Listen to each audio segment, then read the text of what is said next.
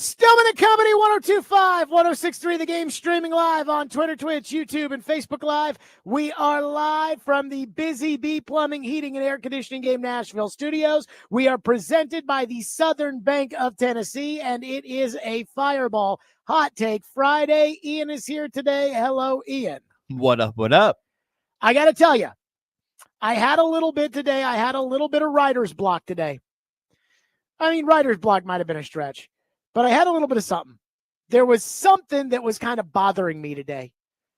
And I just, I was putting topics down on paper and I was like, okay, this topic I like here and that topic I like there. And I don't know. I just, it's sometimes you're putting the show together and there's a certain day where the topics come right to you and it's like, bam, this is going to be a great show. And there's other days where sometimes it's hard to kind of put it down on the paper to say, this is what we're going to, and then bam! Adam Schefter tweets out Matthew Stafford staying with the Rams. Now, there was a lot of talk this morning that Matthew Stafford was going to meet with the Rams in Los Angeles, so I figured we'd have a resolution around 6:05, right after we got off the air. I figured there'd be some sort of resolution one way or another between Stafford and the Rams. And again, Stafford goes out to L.A., they're on Pacific time, so I certainly was surprised that they had something figured out by 1 o'clock Central Time. I mean, that's 11 o'clock Pacific Time, which means they obviously didn't have that long of a talk. But Matthew Stafford is staying with the Rams, and that is great news for your Tennessee Titans. Sorry, New York Giants with the 3rd overall pick, but you're out of luck. Sorry, Las Vegas Raiders, who Tom Brady hosted a ski trip in order to get Matthew Stafford. And let's not kid ourselves, until proven otherwise. I mean, this idea that this ski trip wasn't a recruiting pitch, I simply don't believe. So sorry, Vegas. You went all in. Stafford was the golden goose, and you had luck. Sorry, Sam Darnold, but you're not going to the Rams. And again, with the Rams, there was something I could not put my finger on it, but I'm like, if they move on from Darnold, it has to be that the Rams think, or if they move on from Stafford, it has to be that they're doing this for Darnold. It has to be that they look at this as kind of the next generation quarterback, right? Well, doesn't matter because he's not going there because, again, the Rams came to an agreement on a new contract with Matthew Stafford. Now, it drives me freaking bananas when I hear Adam Schefter say it's a restructured contract. Again, that's not a restructured contract. I'm due to make $10 million this year in a base salary, which is $10 million against the cap, plus $12 million or $2 million in a signing bonus that was prorated. And so now you make it all a signing bonus, give it to me up front and spread the cap hit out over you. That is a restructure. This is a pay raise. This is a new contract. Matthew Stafford got a new contract from the Rams. Now, we do not know how much money he got, but again, he was looking for $50 million, and it sounds like he got it. So the QB carousel starting to go. Albert Breer said yesterday that the QB carousel, you weren't going to see any movement on the carousel until you saw what happened with Matthew Stafford. And now the biggest hope and biggest dream for most of these teams that need a quarterback was Matthew Stafford, and he's staying put. And again, that's great news for the Titans. The Giants are so desperate. The Raiders, who knows? Again, Tom Brady just got there. Pete Carroll just got there. The general manager just got there. But unlike Mike Borgonzi, who just got here, Pete Carroll is not a spring chicken. And I'm guessing that the Raiders would like to win and probably win pretty soon. They also don't have the number 1 pick. So even if they did like Cam Ward, they can't take him. Now, the idea of Stafford leaving the Rams never seemed to make much sense to me. Again, they were this close to beating the Eagles in the playoffs. And as much as I love Sam Darnold, and I do love Sam Darnold, but as much as I love Sam Darnold, he's not as good as Matthew Stafford. And the Rams aren't stupid, and they aren't poor like the Bengals. So this whole stalemate seemed to never make a lot of sense to me about Stafford and the Rams. Well, they're paying him $26 million, and they just can't pay a penny more. that never made any sense. The going rate for a starting quarterback in the NFL right now is $55 million. Dak is 60, and Stafford is better than Dak. So that never made any sense to me. But there was just so much smoke. Like, I went to the Super Bowl, and everybody there was talking about, yeah, it's legit. Matthew Stafford and the Rams, there is a hang-up there. Last weekend, when they gave him permission to seek a trade, normally when you get permission to seek a trade, it's because the team that lets you seek a trade doesn't want you anymore. But with all that said, I guess the Rams decided to stop playing chicken and they ponied up. So I don't know how much money they're giving Stafford. I bet it's not $50 million. I bet it's more like $45 million or $42 million or something like that, because for whatever reason, the Rams, who used to be the we're all in all the time team, they've now turned into a bunch of cheap asses. But I guess the Rams are going to want to look like they won a little bit of the negotiation, and Stafford's going to want to look like he won a little bit of the negotiation. But for all intents and purposes, Matthew Stafford is a Ram. The Giants, as Adam Schefter reported after they lost out on the Stafford sweepstakes, the Giants are turning to all options, including Aaron Rodgers. Okay. The Raiders. The talk today was they're going to get Matthew Stafford. And if they don't get Matthew Stafford, they got to figure out a way to go get Shadur Sanders. Now, Adam Schefter says that the Raiders are turning their attention to Russell Wilson, Justin Fields, and Sam Darnold. My guess is in both cases, the Giants and the Raiders, they desperately did not want to go to option number 2. But now they don't have a choice. And that's great news for the Titans. The Titans sit in the catbird seat. The general manager is new and he's not on the hot seat. The Titans can go get a Daniel Jones or a Gardner Minshew, and they can stink. They can win 7 games next year, and we'll say that's progress because they won 3 last year. Joe Shane, who is effectively on the hot seat, his owner said, I'm running out of patience. Brian Daboll, the coach in New York, they can't do that. Again, Pete Carroll doesn't have 5 seasons to prove himself in Las Vegas. They don't have to win right away, but it's clear with Max Crosby where he is and Brock Bowers where he is, they'd like to win now too. And so I don't know what the Giants' real plan is. Again, Adam Schefter said they're looking at all options, including Aaron Rodgers, wink, wink, nudge, nudge. And I don't know what the Raiders' plan is. Are they going to go all in and give the money they were going to give to Stafford, just give that to Darnold? I don't know.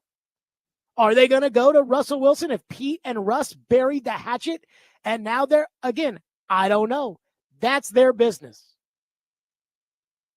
But I know this. I know there's one quarterback that has a consensus first-round grade, and that's Cam Ward. Again, not everybody has Cam in the first round, but most people have a first-round grade on Cam Ward. Shadur Sanders is not in the same spot. So there's one quarterback, and there's one team that has the number 1 pick, and that team is you. And there are 2 teams today that have left the table empty-handed because Matthew Stafford once again re-upped in L.A. And it does kind of make me chuckle a bit because I told this story. Ian, have we figured out if I had guaranteed a return for Stafford in L.A.? Let me check that list. Because I do believe I guaranteed it. Now, it got hairy there for a second. As far as you picked Stafford, the Giants yesterday. I did. But again, I didn't guarantee it. I did. I think I might have guaranteed Stafford stays with the Rams. If I didn't guarantee it, again. I guess you did. Jared guarantees Stafford returns to the Rams. This was Thursday, January 30th, but we've done a little flip-flop. Well, but again, the guarantee stays. It's like a tattoo. Once you do it, it's there. So ding, ding, ding, ding, ding. That's right. And here's what I find funny about this, about the guarantee and all the smoke and all the haggling and all the back and forth and media reports and recruiting visits and everything else. Years ago, there was a rumor at the Combine that the then Washington Redskins were interested in sending Kirk Cousins to the 49ers. Kyle Shanahan had just taken the job. Kyle Shanahan loved Kirk Cousins. And the old man walked in. And he said to the old man, we said, what do you think about this rumor about Kirk Cousins? He goes, who's Washington's quarterback going to be?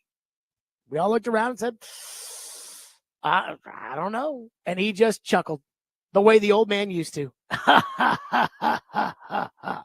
And that was the end of it for him.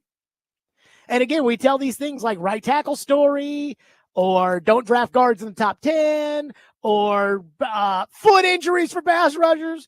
And every time we get the pushback of, oh, you don't know. Oh, that's not. Oh, that's uh-huh. Again, Stafford was never leaving the Rams. Again, I don't know why the Rams did this. I don't know what their end game was in all of this, but after all the talk, after all the scuttlebutt, after all the drama, the Rams, who were this close against the Eagles, realized, probably in our best interest to keep the band together. And Matthew Stafford probably looked at the Raiders and said, yeah, they suck. 615-737-1025 is our phone number. That's ours, 371025. So now, if you're the Titans, your attention has changed because somebody's attention who was not on you as of this morning is now squarely on you. And it's the team that I like the most. We'll get to it next. Stillman and Company, 102.5 The Game.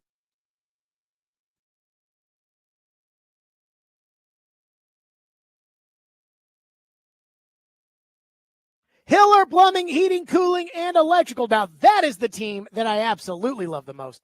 Hiller Plumbing, Heating, Cooling, and Electrical. They've been in business since 1990, and they are family-owned and operated. Did you know Jimmy Hiller, that's a good man right there, was recently named amongst the most admired CEOs because of the way he truly cares for his team and his clients? Hiller takes care of the customer on every job, every time, and they stand behind their work. With 100% satisfaction of happy you'll be or the service is free. If a customer is not pleased with the work performed, Hiller will make it right. Learn more by visiting happyhiller.com. That's Hiller Plumbing, Heating, Cooling, and Electrical, proud supporters of the Preds, the Vols, and Vandy. Hiller, call that fish truck today.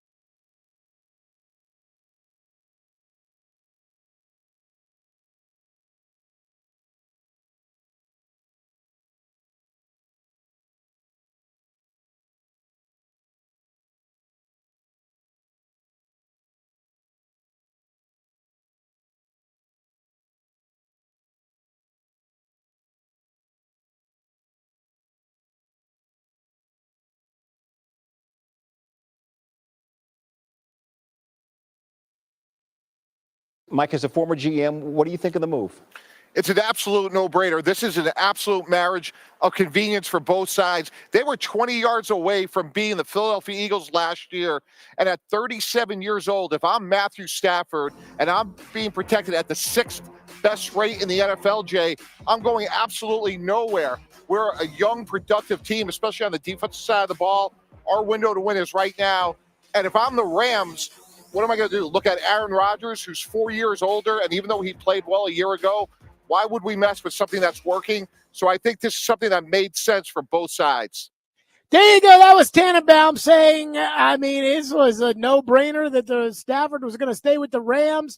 And again, that's how I felt when I first started hearing the gossip that Matthew Stafford might want out. I'm like, to go where? And who would the Rams quarterback be? But man, that was like a month full of drama that is leading with Stafford remaining with the Rams. So where does that leave the team that was so desperate to get Matthew Stafford that they hired his brother-in-law onto the coaching staff, the New York Giants? Because as of right now, all of my focus is on the Giants with the 3rd overall pick and the desperate situation that the general manager, Joe Schoen, and the head coach, Brian Daboll, find themselves in. Like, the Giants stink, and they need good players, and they need a quarterback, but they also need to win some games this year in order to justify their existence. The Titans suck, and they need good players, but they also need a lot of players in general. So the Titans, though, with a first-year general manager and coming off of a 3-win season, the Titans can actually say, hey, we don't have to solve all the problems today.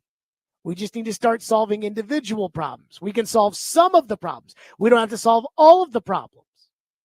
And again, the Titans need lots of players in general, so they need the combination of a lot of picks and some quality picks to be able to replenish the foundation of the football team. And that's where the Giants come in. The Giants have picks in every round except for the 6th, but they have 2 in the 4th. And guess what? They're desperate. So as of right now, the Giants are letting everybody know that they're turning their attention to Aaron Rodgers. I heard Albert Breer talking about, the Jets wouldn't like that if Aaron Rodgers went to the Giants. Well, the Jets fired Aaron Rodgers, so they don't get a say in this. That's like dumping somebody and then telling them who they can date next. That's not how this works. But how does Aaron Rodgers solve any problems for Brian Daboll and Joe Schoen? They won 5 games last year in New York. I have a hard time believing that the Giants, Joe Schoen, Brian Daboll, are going to risk their careers on Aaron Rodgers. And not only that, if you don't get to the playoffs with Aaron Rodgers next year, then what does that get you? Like, if you're the Giants, for instance, and you win 7 games next year and you miss the playoffs. Aaron won 5 this past year. He won 7 3 years ago in Green Bay. If you win 7 games with Aaron as your quarterback, again, what does that get you? Like, at that point, next year you're going to be, that doesn't make any sense. If you win 7 games with Cam Ward, then you can look at your owner and you can look at your fan base and you can say, we've made progress. You can't do that with Aaron Rodgers. They're desperate. So my initial ask with the Giants, who, again, put it out there through Jordan Raanan, the ESPN.com reporter who covers the Giants, Jordan Raanan put it out before the combine that the Giants were targeting Shadur Sanders. Ian, what was the exact wording they used? I think it was multiple, according to league insiders. Whatever that sounds means. right. Yeah. According to league insiders, they were targeting Shadur Sanders. I read that and said they like Cam Ward. So my ask of the Giants for number 3, again, they want number 1. For number 3 would be 3, 34, and next year's first. That's my initial ask. And that is way too rich, by the way. Like, even the trade chart says that's a little too rich. And if the Giants said yes, I would get in the car and drive Cam Ward right now from Indianapolis to New York today. But they won't do that. I am anticipating the first ask of 3, 34, and next year's first. is going to get turned down. That's okay. The reality here is that I want either 34 or next year's first. Like, that's what I want 3. Obviously, I'm going to get 3 back in the deal, but I want next year's first or I want 34. And I view them to be roughly the same in terms of their value. You know, next year's first with the Giants, that could be first overall. But the Houston Texans traded away next year's first when everyone thought they were going to be bad 2 years ago. And that ended up being a pick in the 20s because they made it to the divisional round of the playoffs. So at least I know 34 is at the top of the round. So I really want 3 and 34 or next year's 1. And I would make the trade if all they were offering was 3 and next year's first. If they said, look, we're not doing 34 and next year's first, but we'll do next year's first. Sold. Done. Have it. But what is more realistic is that the Giants might be willing to part with 3, 34, and 65 for number 1 overall. There is a plus value on the trade chart. In order to actually make that technically work, you'd have to send back 169, which is Kansas City's 5th. So you'd have to send the 5th. Who cares? Fine, take the 5th. But again, I want 3, 34, and 65 in order to make the deal. And I would absolutely accept that deal, and I would accept it tomorrow, especially because of Abdul Carter's foot injury. But by doing that, you turn 1 player at 1-1 overall into 3 top 100 picks, including a top 5 pick. And the other thing about focusing on the Giants, as far as I'm concerned, is it now brings the Browns to the table.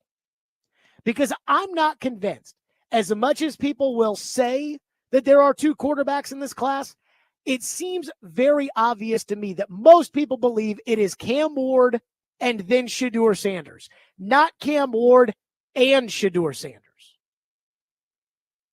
And so if the Browns find out that you're talking to the Giants about the Giants jumping the Browns to get to number 1 to take Cam Ward, perhaps that's enough to sweeten the pot to get the Browns to make a deal just to get you to move back 1 spot to 2, and you'll still get the best player on your board. The Browns have 2 third-round picks in this year's draft. And then if the Giants find out you're talking to the Browns, let's say the Giants say, hey, we'll give you 65. We'll give you our 3rd-round pick for you to move from 1 to 3. You're not getting 34. You're not getting next year's 1. So we'll do this for – now, number 1, you wait until the last second to take that because there might be a better deal that comes your way.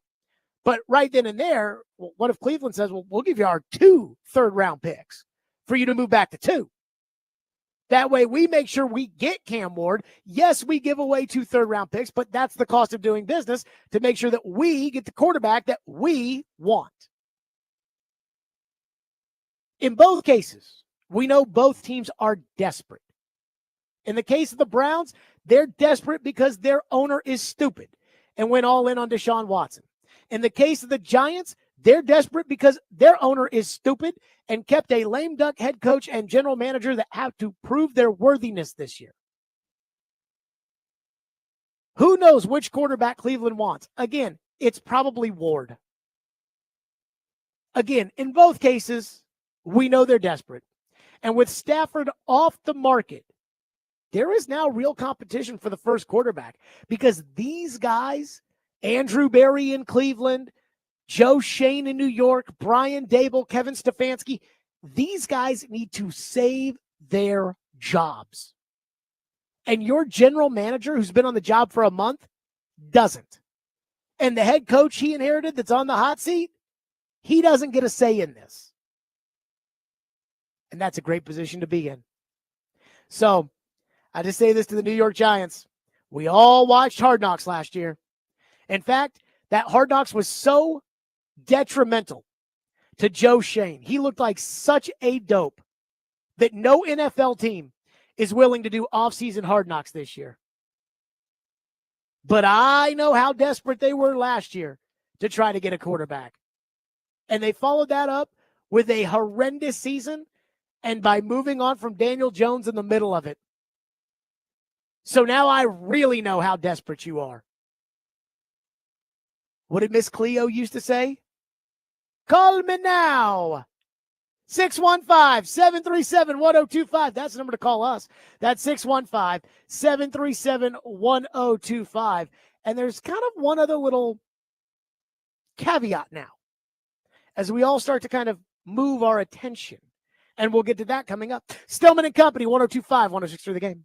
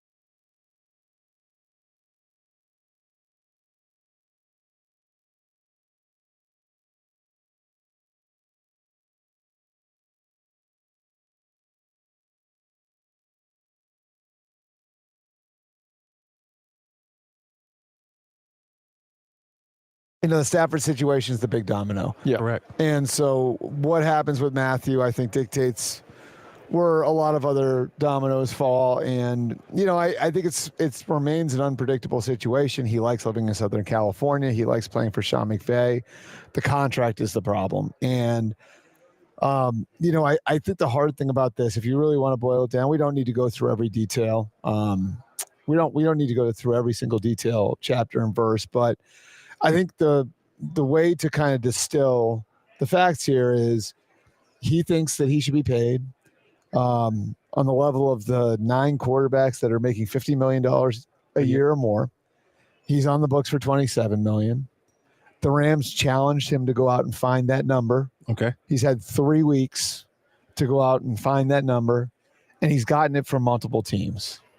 So if you're Matthew right now, they didn't want to pay you your worth, then you went out and proved your worth. How are they going to reel that back in with you?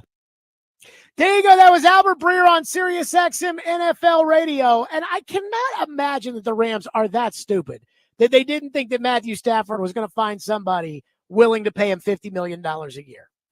But whatever, he said that's the first big domino. By the way, our Combine Talk all week is presented by thenewcumberland.com and by Boom Boss Pizza, thenewcumberland.com, Nashville's resort-style community overlooking downtown on the Cumberland River. Go to their website at thenewcumberland.com, and Boom Boss, go try their award-winning pizzas at one of their locations in East Nashville, Spring Hill, and Murfreesboro. Boom Boss Pizza and Watch Bar. Eat, drink, watch. Okay, Indy Ben is text into the text line, and I'm actually glad he asked this question. I almost said asked. I'm actually glad that he asked this question. Indy Ben says, and our phone line is driven by WilsonCountyHunter.com. So what are the Titans going to do at quarterback with a trade down? All of this simply means the Titans need to just get a young quarterback to build around, and that's what rebuilding teams do. That's why it points to Cam Ward at number 1. There will not be options for them in free agency or trade. So what are the Titans going to do at quarterback if you trade down with the Giants and if the Giants then take Cam Ward? I think if I'm the Titans, I pick up the phone and I call Minnesota. And I saw the pivot Adam Schefter put out there. As soon as the Stafford news came down the pipe, New York's letting it be known to everybody that they're interested in Rodgers. Again, I'm skeptical. The Raiders let it be known to everybody that they're interested in Wilson, Fields, or Darnold. Now, those are 3 very, very different options when it comes to those guys.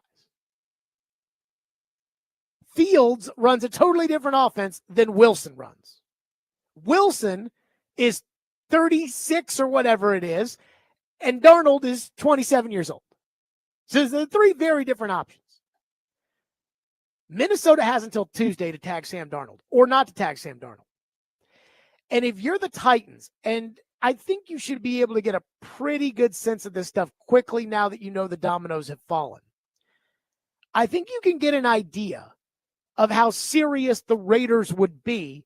And they seem to be the only other team that makes a lot of sense for Sam Darnold, maybe Pittsburgh, how serious the Raiders or Steelers are in chasing after Sam Darnold in the free agent market. And if you get the sense that they're very serious about trading for Sam Darnold, this is why you then turn around and call the Vikings. Because you may call the Vikings and say, hey, we want you to franchise Sam Darnold because we want to work out a deal for Sam Darnold. Nobody knows for sure what the Vikings are going to do. The consensus kind of feels like they won't tag him. But I have no idea. Again, we played the cuts from Kevin O'Connell. We played that 2-minute long cut from Kwesi Adolfo-Mensah, the general manager there.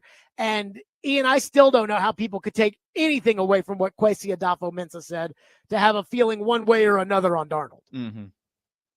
But if I can work out a deal with New York or with Cleveland or whomever for the number 1 pick, it might be worth using one of those picks that was acquired, say pick number 97 from Cleveland, to lock in Sam Darnold's rights and keep him away from the Raiders. What if you called Minnesota? And again, you're anticipating that you're going to trade down. If you sign Sam Darnold, you don't need to have the number one pick to use on a quarterback because Sam Darnold is your quarterback. And he's not only your quarterback for now, but he's your quarterback for the immediate future. And like Aaron Rodgers is your quarterback for tomorrow, but he's not your quarterback anything past that. That's a 3-year option. So again, you call Minnesota and you say, I'll give you tag Darnold. Once we deal the first overall pick, we'll give you both 4th-round picks. Again, the 4th rounder you have from Seattle and your 4th rounder, which equals a mid to low 3rd rounder. We'll give you both 4th rounders. If we don't acquire a late 3rd rounder, we'll give you both 4th rounders in order to keep Sam Darnold's rights. So you tag Sam Darnold, and now it's $40 million against your fake cap. But after that, we will then turn our attention to making that deal with you, and then we'll get a deal done with Sam Darnold. Again, that's a chess move, and it's risky.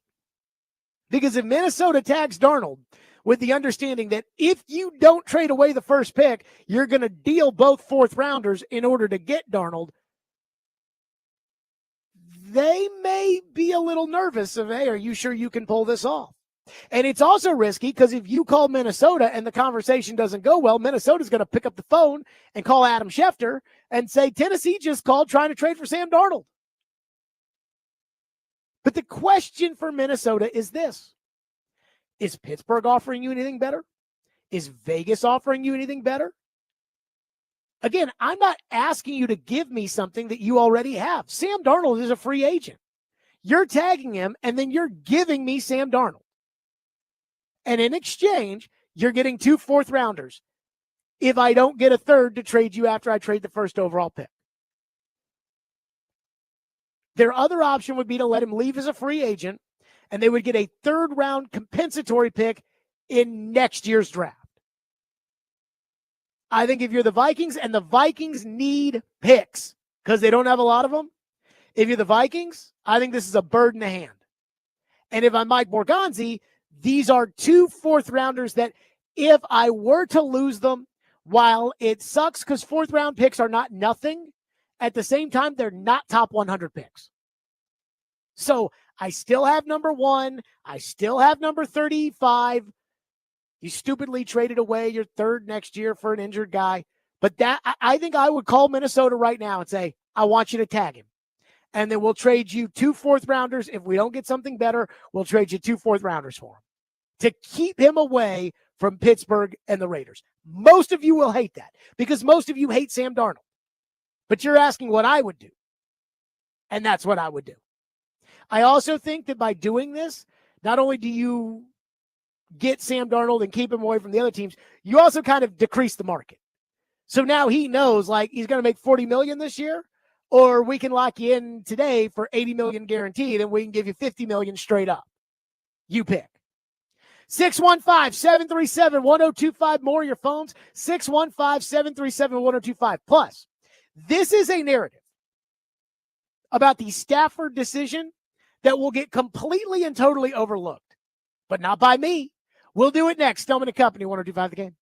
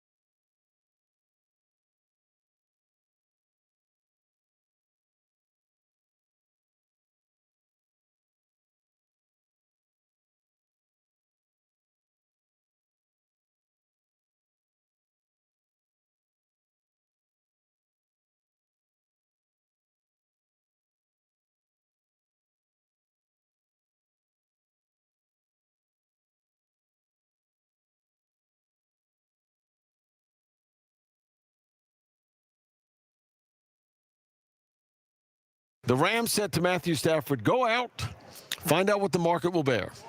As we were talking about earlier. Kind of surprising because you kind of knew what the market was for Matthew Stafford. It looked like the Raiders. We talked with Vinny Bonsignor an hour ago, whatever it was. And I think he said, I think the last part of the conversation was, Vinny, if September's now, who's your starting quarterback? He said Matthew Stafford. Let's get him back here because it won't be Matthew Stafford. Basically what the Rams did is let somebody else negotiate the deal for him and then said, okay, you're back in the building. This will be quick. We want to keep you here. We don't know what the details are, guys. We can talk about it, but in the neighborhood of $100 million, 2 more years for a team that came very close to beating the Philadelphia Eagles. Yeah, and again, I think that is what works best for both. Obviously, if Matthew Stafford was going to be there, that the Rams are going to try to go out and get a veteran quarterback. So do we try to go out and get a veteran quarterback and get him acclimated to our system and so on and so forth, or do we just keep our guy? That was NFL radio. That was their reaction today when the news came down the pipe that Matthew Stafford was staying there. And I don't think anyone's going to talk about this because everyone's immediately pivoting off of, okay, Stafford and the Rams, done. Now, where do the Giants go? Okay, do they go to Aaron Rodgers? Okay, where do the Raiders go? They're talking about Wilson, Fields, and Sam Darnold. So they're all going to worry about. But can we just take a second here to talk about the fact that Matthew Stafford just absolutely worked Tom Brady? That they used Tom Brady. He never wanted to go to that crap team in that beautiful stadium. He never wanted to go there. Never. But he needed the leverage. He needed the offer that he could sit down with the Rams and say, look, I'm getting $50 million a year from them. They are tax-free in Nevada. I am not afraid to move my family there, to play with Max Crosby and Brock Bowers and Jacoby Myers, and I will do it. And again, I don't know the details. I don't know what the Rams agreed to, but the Rams like, okay, we'll accept it. Matthew Stafford didn't go up there to ski. He went up there to use Tom Brady to get an offer to take to the Rams. Welcome to the big leagues, Tommy. Just completely used and abused. And at that point, there is no option at quarterback as far as Tom Brady is concerned. I've always said this idea, Brady's going to help pick the next quarterback there. Yeah, just like Michael Jordan ran the Bobcats, just like Derek Jeter ran the Marlins. Good luck, Tommy. Phone line driven by WilsonCountyHunter.com, 615-737-1025. Michael has been waiting patiently and is up next here on our program. Michael, thank you for calling and waiting. Go ahead. Hey, Jared, thanks for taking my call. So now that the dust is settled with the Matthew Stafford situation, how does that affect the asking price if the Giants were to try to trade up to number 1 overall? Say, I don't know what the trade chart says. You probably got that. But say if it were a second and a third to move up from 3 to 1, would that become a second and a second, another pick? What does that include now that they are kind of scrambling to get another quarterback that they didn't necessarily want to have to try and get? So I don't think this affects, and I appreciate your call, Michael, I don't think this affects the value of the pick. So I don't think all of a sudden if the Titans and the Giants had been just kicking the tires, checking in with one another, talking a little bit, and let's say the Titans had said, hey, man, I told you that if I were the Titans and the Giants asked me about what it would take to get to 1, I would want number 3, number 34, and next year's first. The Giants would laugh and say, hold on, no. And I'm like, well, hey, I'll just take Cam Ward then. Like, again, I don't have a quarterback, so I'll just take Cam Ward if that doesn't work for you, knowing that I would never get that, but really aiming for 34. What this news does, though, is it makes the Giants engage with you because the Giants yesterday went to bed, and it seemed to be that the tea leaves were saying if Stafford leaves the Rams, he's going to the Raiders. But the Giants went to bed last night with the idea of, oh, my God, could you imagine if we just can get Matthew Stafford and not have to worry about, well, now that's gone. But it's not like, hey, yesterday, because Stafford was out there, I would have accepted 3, 34, and 65, and now it's 3, 34, and next year second. It's not that. That's just not. So, again, I've told you what I am looking for next year's first. Like, I will do it right now, even though I don't get any extra players for this year. I will do 3 and next year's 1. And I will do 3 and 34. And 3 and 34 is technically not good enough on the trade chart, but I need players. Like, I wouldn't take 3 and 34 today, but I would probably take 3 and 34 right before I sign Sam Darnold. One texter into the text line says, unless the Raiders or the Giants snag Russell Wilson or Fields, the Steelers are likely not going after Sam Darnold. And even if they are trying to sign Sam Darnold, Art Rooney is cheap like Jerry Jones because it's reported that they are not willing to offer Russell Wilson more than $20 to $30 million. Well, the Russell thing, that's very odd. I actually think that there is some cheapness involved when it comes to the Steelers that people don't talk about. Now, they did pay Ben Roethlisberger, and they haven't had the opportunity to really pay another quarterback. But last year at this time, so when you hear Mike Borgonzi say things like, we want to bring Will Levis back to compete, Mike Tomlin was saying the same things. This time last year, the Steelers had told everybody that they wanted to bring in a quarterback to compete with Kenny Pickett. Now, they ended up signing Russell Wilson for the league minimum because Denver was paying him. But apparently, Mike Tomlin told Kenny Pickett that Russell was going to be the starter. And that's when Pickett asked for a trade. The reason I bring this up is because I was shocked. I was taking the Steelers at their word that, hey, they wanted Pickett to succeed and they were going to give him another shot. They had hired that terrible Matt Canada to be the offensive coordinator. Well, now he's out. They had hired Arthur Smith, and maybe Arthur could save Kenny Pickett. But I felt like the perfect thing to do for the Steelers would have been to sign Ryan Tannehill. You tell Ryan Tannehill, hey, Kenny's going to be the first in training camp, but you got a legitimate shot to beat him out. That you've got a real chance. And you can have Tannehill getting second-team reps because Tannehill already knows the offense. So Tannehill can get second-team reps and play a little bit in the preseason, and you can have a real battle between the two with Kenny getting the first-team reps. And if Tannehill outplays him, then you can just play Tannehill. He already knows the offense. And then they signed Russell Wilson. And I was like, why would you do that? And the reason I think they did it was because Ryan Tannehill was not being paid by somebody else. Ryan Tannehill's made 200-something million in his career. If you want to bring Ryan Tannehill to your team, you got to pay him some money. Like, you got to pay him $20 million. And it was like, no. Let's get Russell for cheaper. Which also I do wonder, like a team like the Raiders, if you're interested in Stafford or you're interested in Russell Wilson, why not kick the tires on Tannehill? Nobody ever talks about him, but I guess I'm wondering, why not kick the tires on Ryan Tannehill? Texter says, all of this is based on the Titans not wanting Cam Ward. All bets are off if they want to draft Cam Ward. I don't think the Titans want to draft Cam Ward. Could be wrong, but I don't get the sense that the Titans are interested in the quarterbacks in this class. 615-737-1025. More of your phones. 615-737-1025. Plus, I have talked about having an open mind in the draft process. I have talked about the importance of the interviews, the importance of getting to know people. And I heard something today that is going to shock you how I reacted to it. And it involves Shadur Sanders. We'll get to that next on the Company 102.5 The Game.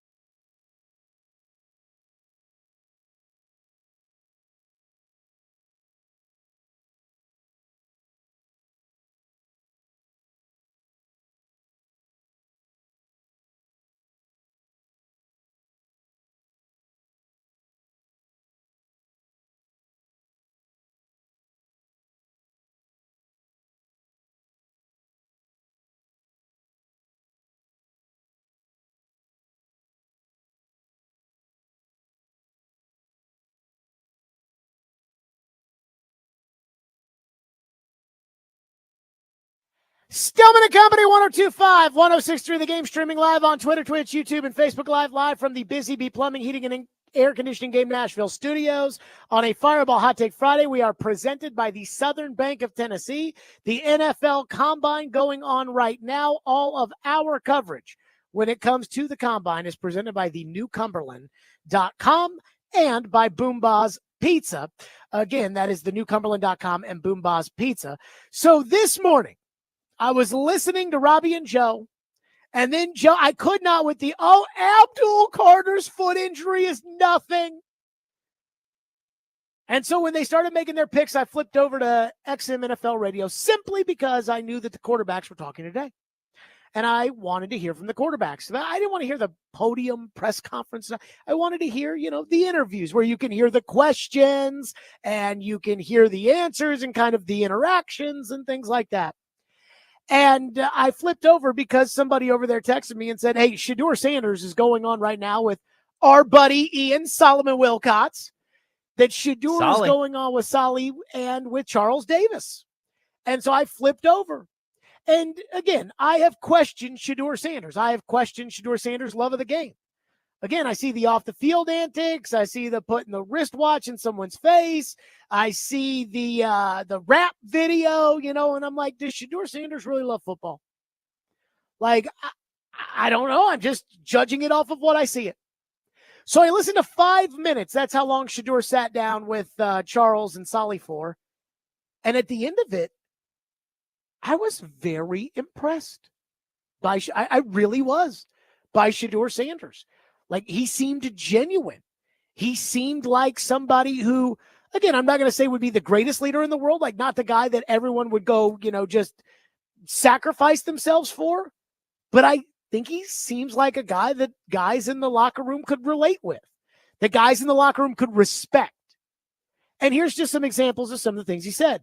Shadur Sanders was asked about how seriously he takes the game, how seriously he takes being on the field. Here's what Shadur said. It's extremely serious. Whenever you see me go on that bench and put that towel over my head, it's a different. Yeah. You going into a dark place, So that's one thing to where it's do or die mode, and you know what's gonna come out of that. Like, what other quarterback would you want in that 2-minute drill? I love it. So them the traits that I learned, and those are the things that I watched Brady do. And I loved about his game that he was able to sometimes distance himself and be able to get in that mode so then everybody around knows what time that is. Yeah. So maybe people from the outside being like, wait, what is it? But then everybody around him, everybody in the circle knows, okay, he's getting in that mental getting space. dialed in, right? Yeah. Extremely. Okay. So when Shadur, does some of the antics, like throwing the mouthpiece into that, I'm like, that is kind of the way that when Brady's locked in, he kind of gets like that. Guys talk a lot of trash, and then Shadur's like, hey, I just put that towel over my head, and I enter that dark place, and on I go. And if you've ever been a performer in life, and athletes are performers too, if you've ever been a performer in life, you know what he's talking about. When he talks about kind of shutting your brain off and going, operating on autopilot and just getting into that headspace, you know what he's talking about. So I found that to be very relatable, and I was, okay, maybe that explains a little bit of that. Shadur was asked about what it was like at Jackson State, and he was asked about showing examples of being a leader at Jackson State and at Colorado. Here's what Shadur Sanders said. Let's just start from Jackson State. So from Jackson State, I had all the receivers. I had them have basically a week trip with me. So then, and mind you, this before NIL, this before everything. So, money coming out of my pocket. I know that's not going to get put back in my pocket, but I'm not tripping because at the end of the day, it's a team thing. Yeah. So I always, my goal was, I'm thankful for the position, God put me in, and that I have a dad like I have. So I knew I want to be able to show these other guys how it is. I want to show these other guys like life out of like my perspective also, so we could all feel together as one. That's one. And there's no separation. Yeah. So then we had them. We drove, flew all the way to like Houston, and we was all the way in Jackson. So we drove, flew to Houston. My Miami, all these places, put everybody in hotels, was able to work out, hang out with each other. So those are the type of like vibes and those are the type of things that we've been doing. But I don't really care to, publicize it because then I will feel like it's not genuine. Oh, my God, I loved it. Holy crap, Ian, did I love that answer right there, where Shadur Sanders, and again, I haven't been following Jackson State. I hadn't been following Colorado. So if all that stuff's out there on social media, then I'm just a dope. But I freaking love the idea where he's like, look, at Jackson State and at Colorado, I took money out of my own pocket, but hey, I'm blessed. My dad is who he is. We got money. I wanted everybody on the team to experience, this gathering, this group together. And I don't care that I'm going to lose money off of it because we're a team. And so I want everybody to get together and I want everybody to go out. I want everybody to fly out. We're going to go out to Miami. We're going to go out to Houston. We're going to get our work in, but we're doing this for the team.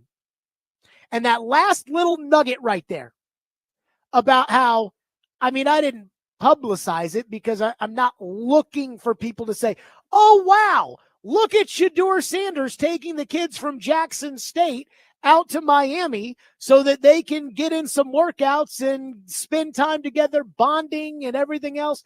It's like, again, the thing about the Levis Cabo trip that felt a little contrived last year was I just kind of felt as if it was like, I'm doing this because I'm the leader of the team and I want everybody to know that this is what the leader does. Or how the team posted, on the first day of camp, first guy in the building, here's Will Levis. It just, again, it didn't feel genuine. It felt like it was for the cameras. It felt like it was for, and here's Shadur, again, asked, about Jackson State. And he's like, all right, let's go back to Jackson State. This was before NIL, but I took the guys out to Houston and we put everybody up and I paid for it, but so that we could bond together, so that we could work together, so that we could all these things. But I didn't really talk about it, didn't put it out on social media, didn't make a big deal about it because, again, the point of doing this was for teamwork. It was not for Shadur Sanders' Instagram. Holy crap, I love that. And then, of course, he was asked about Deion. And he was asked about what his dad has taught him throughout this process. Here's what Shadur said on Sirius XM NFL Radio. It was funny though. It was funny because I just got on Dad. I just called him yesterday, and I'm like, "You had a good run all the way up to this point." Is that right? Yeah, up to this point. Like, he ain't my coach no more, so I love it. He may not help me a little bit as much as he would. But preparing for this, it wasn't really any preparation because it's just me being a human, me having conversation and dialogue. So I don't seem that to be hard. Yeah. I rewatched all the games that we have had, so I'm able to recall every play. That's wonderful. And every thought that I had in the moment. So that's pretty much the preparation I had. But conversation, now that's easy. Oh my God. Again, maybe they practiced all this stuff. I don't know. But Shadur just sits down, puts the headset on. He doesn't necessarily know what these guys are going to ask him. But when he sits down and says, yeah, like I told my dad, like, hey, man, you had a nice run, but now you're out. You're not the coach anymore. You're out. I like that. And then he says, yeah, the preparation, I back and I watched every game so that whenever any of these coaches sits down with me in a meeting and says, okay, Shadur, 3rd and 16 against Nebraska. You right here have this guy open in the flat. Why didn't you throw the ball? He knows that he's about to get out. He's gone through all the plays. He knows. That's what he's been spending his time on. If that's the case, I really like it. Again, this doesn't answer every question. This doesn't mean that I want to draft Shadur Sanders. Again, Shadur Sanders still, in my opinion, doesn't have any elite traits. I don't even think his accuracy is elite. I don't think he has any elite traits. I think he holds on to the ball too long. I think he's too small. And I don't think he's very athletic. But I did say, you have to have an open mind in these processes. And the meetings are very important because at that position, the person you're drafting is equally as important as the player you're drafting. And I got to say, just from that interview, I really liked what I heard from Shadur. Caroline is blowing up my phone right now about Shadur Sanders with the dollar signs. Oh, is she calling you a flip-flopper? There's that, yeah. So Caroline, Robbie, and Joe are all starting to. Again, I'm not flip-flop. I'm not taking him with the number one pick. I'm just saying. I listened to Shadur today, and I came away impressed. Maybe it's a good thing I don't know got him. the money. I don't know him from a jar of Vicks, but I listened to the interview, and I thought he was impressive. That's all I can say off of it. Like, again, what do you want me to? You want to make something up? I mean, I can't do it. Now, the other news. Ian sent me this this tweet. Jeremy Fowler is reporting at ESPN that the Rams are basically about to work out a deal with Alaric Jackson, their left tackle. According to Jeremy Fowler, the Rams and offensive tackle Alaric Jackson are getting close on a long-term extension. Per sources, the deal is not done, but is trending in the right direction. Oh, no! That was the guy I wanted to play left tackle. Not Ronnie Stanley and some of these other old pop-pops and everything else. Like, that was the one I wanted, Alaric Jackson. But again, he's a good player, so the Rams aren't going to let him hit the market. My guess is the Rams wanted to know exactly how much money they were going to spend on Stafford, and then they've decided how much money they're going to spend on Jackson. So now we turn our attention as far as the tackle market is concerned. But I was going to sign that guy. I was going to pay more in order to sign him, and then I was going to move J.C. Latham to right tackle. 615-737-1025. Corey Curtis, News 2, joins us next on the program. Stillman and Company, 1025-1063. The Game. Let me tell all the fine folks out there that Nashville's best deal this week is from Barrio Burrito Bar in Murfreesboro. By the way, when I do this read, you are going to want to jump in the car and go right to Barrio Burrito Bar because it just sounds delicious. Because at Barrio Burrito Bar in Murfreesboro, every bite is a celebration of fresh ingredients, vibrant spices, and bold flavors dancing on your taste buds like a fiesta in your mouth. That's right. Head to theGameNashville.com/deals now and get half off a $25 gift card while supplies last.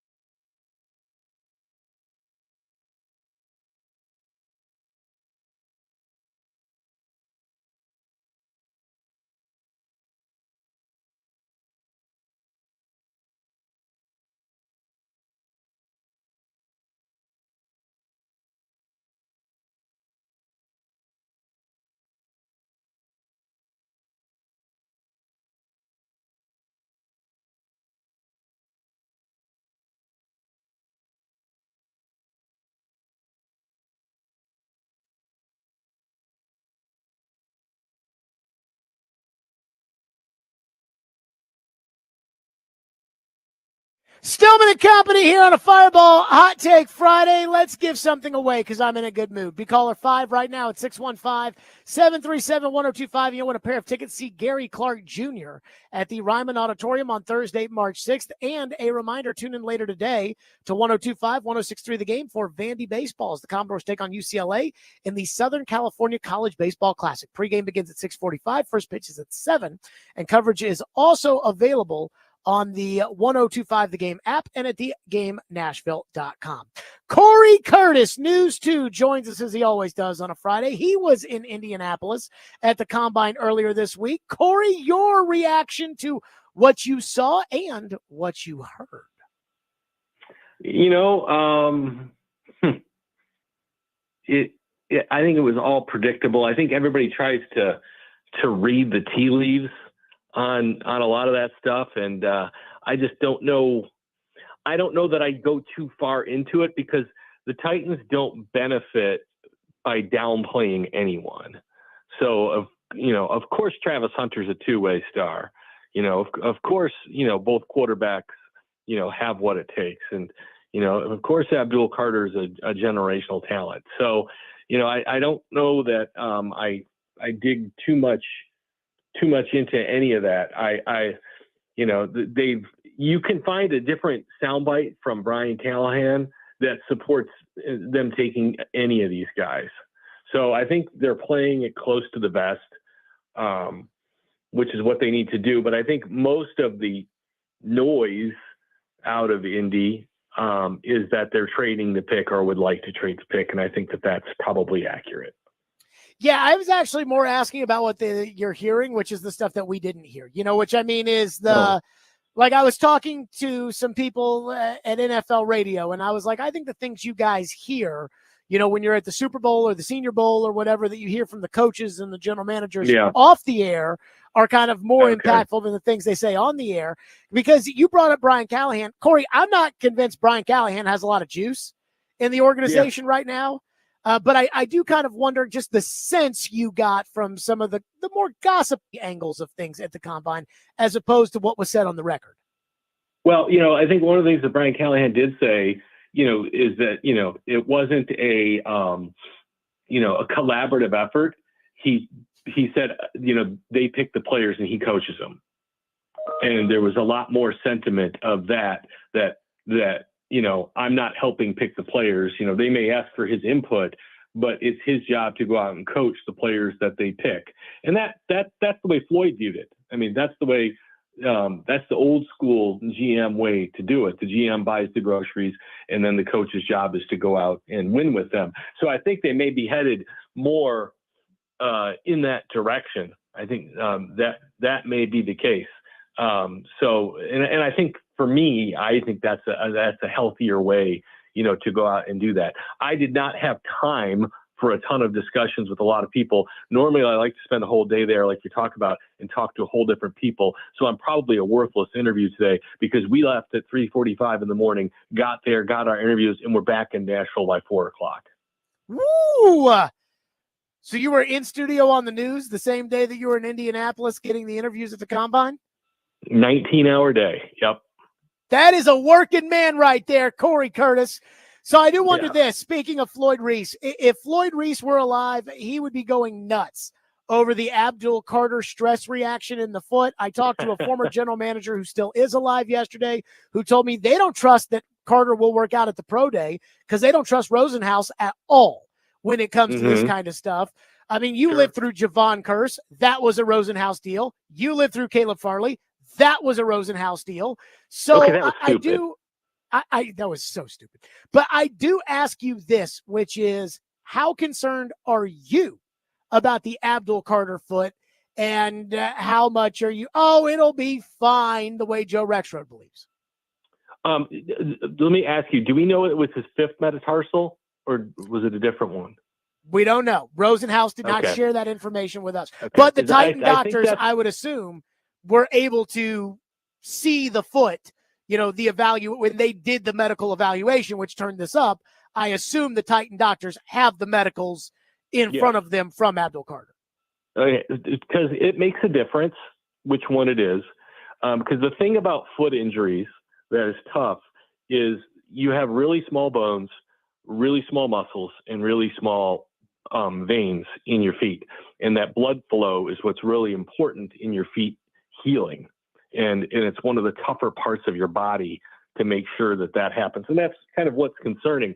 I'm not as concerned about like the Javon situation as you are, because that was 20 years ago. And medical science has come a long way since then. How long was an ACL surgery a player out for 20 years ago? I don't know, but I Googled the Javon Curse thing yesterday, and what they said originally was that he had a foot sprain, and then they came back with a slight fracture, and they said he was going to have the surgery, which was 8 weeks, and he'd be totally fine. And I think you and I both know Javon was never the same player after he had the foot surgery. No, he wasn't. Kevin Dodd, who was a total bust for the Titans, he was another guy who had this kind of injury. Well, didn't Will Levis have this injury, and it's kind of come back up with Levis? Like, he re-injured, he had it at Kentucky, he re-injured his toe in the Minnesota practices and didn't play for the rest of the preseason. Is it a different foot injury? I mean, a toe is a different injury than a stress fracture in your foot. I mean, I had a stress fracture in my right foot in college when it just snapped in two. And I've had no reoccurrences of it. Now, I don't play NFL football. I'm not on cleats all day. It's a completely different thing. Look, this is where you have to trust your doctors. I'm not freaking out about it. Because I don't know enough to freak out about it. Just because Javon Curse had a tough time with it, though, isn't enough to make me say no. If Abdul Carter does not work out at his pro day, again, I'm not saying anything I think out of church here. Like, if you didn't work out at the combine, you didn't work out at your pro day, Floyd Reese would not draft you. Like, they're just. I think if he doesn't work out at his pro day, he has to have a really good reason. So that was what I was going to ask you, which was, if he doesn't work out at the pro day and he doesn't do a private workout for you, would you take him off the board? Because Floyd would. No, look, if he elects to have surgery or something along those lines, and that's why he can't do it, then that's different. But if he just says, you know what, I'm not going to work out, then that's concerning. You're talking about. So if he elects to have the surgery, you would still be okay taking him even after the surgery. No workout. You're going to use the first overall pick on somebody that is already dealing with a shoulder injury and is now having foot surgery. Look, if I think he's a generational talent, if I think he is a game wrecker, then I don't have a problem taking him. It's a guy who didn't miss any games in college. Okay. So he's got these two injuries. We don't know how bad the foot injury is. The shoulder injury was one he played through. So, we wait and we see. I need to know what my doctors say. We've seen the Titans doctors like a guy enough who had an ACL and back surgery enough to draft him in the first round. Hopefully, we're a little bit more cautious in what we're seeing in the future with them. But I agree with you that this is the first pick.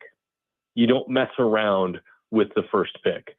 But do you still expect them to be picking first, I think is the bigger question, because I think we all still be expecting them to be picking third.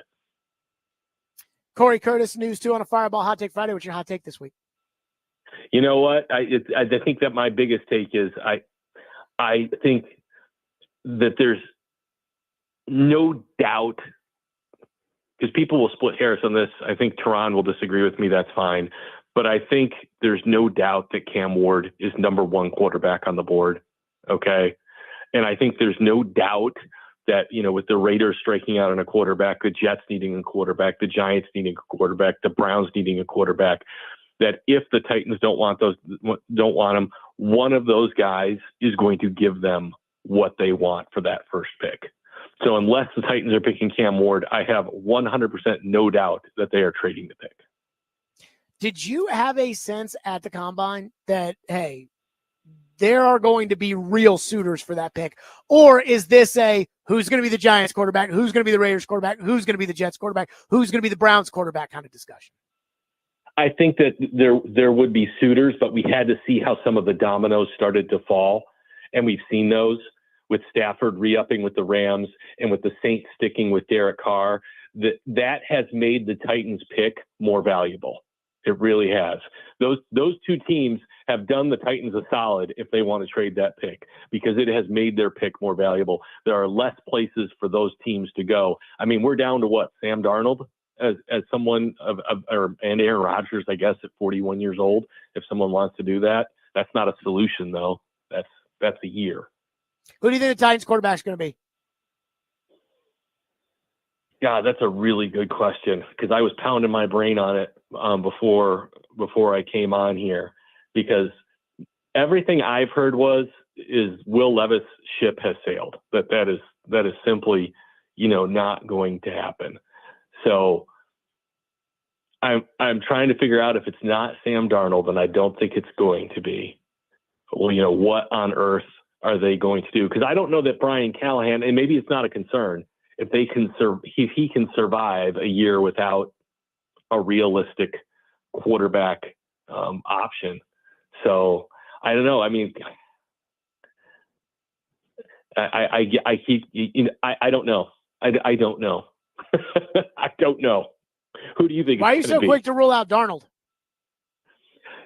Because I think somebody else is going to pay him a lot of money. Okay. Corey Curtis, News 2, as always, on our program. Corey, great stuff. And we appreciate your hard work on Tuesday, going up and down Indy and Nashville. Nobody works harder than you, Corey. No, there are plenty of people who work hard. I just work stupid sometimes. There may be some truth to that. Corey Curtis, as always, on the program. Stillman and Company, 615-737-1025. We'll get back into some of your phones. Plus, there is something out there on this quarterback carousel rumor mill I do not believe, and you should not believe. We'll get to it next. Stillman and Company, 1025 game.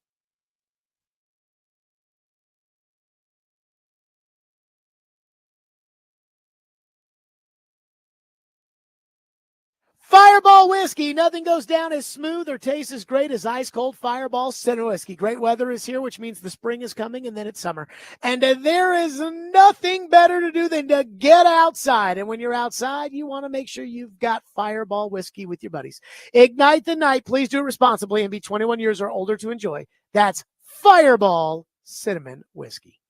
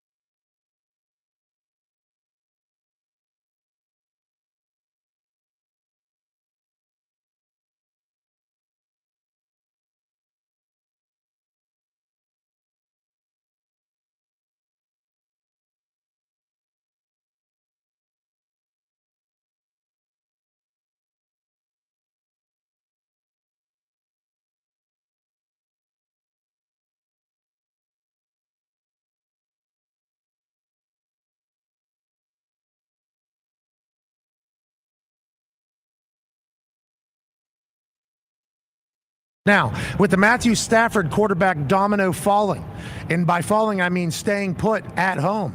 Now all the other veteran quarterbacks are in conversation, including Aaron Rodgers. Adam Schefter has tweeted that now that Matthew Stafford will stay with the Los Angeles Rams, the New York Giants are investigating all veteran quarterback options, including Aaron Rodgers, per sources. So he doesn't just have a source. He has sources, numerous people talking about that. He's at the combine, a lot of people at the combine. It's like, yeah, we will certainly investigate whether or not he can keep the same house. He doesn't have to move. He actually already has this house in New Jersey, and he can come play for the New York Football Giants. It'll be a different experience over here than it was for the New York Jets, and I assume he's not the only one. They're also going to be peeking at Sam Darnold and others as the veteran quarterback market is now a little bit more wide open with Stafford staying. There's also some buzz about Russ Wilson going to the New York Giants, and I think that's, it's not too far-fetched because if you guys remember, I remember because I'm a Steelers fan, he left the New York Giants facility and flew to the Pittsburgh Steelers facility last year, and then he never left the facility and became a Pittsburgh Steeler. So they had interest. They had a lot of interest in Russ last year. The New York Giants did. So it wouldn't be far-fetched to think that they would be potentially interested in him again this year if it's not Aaron.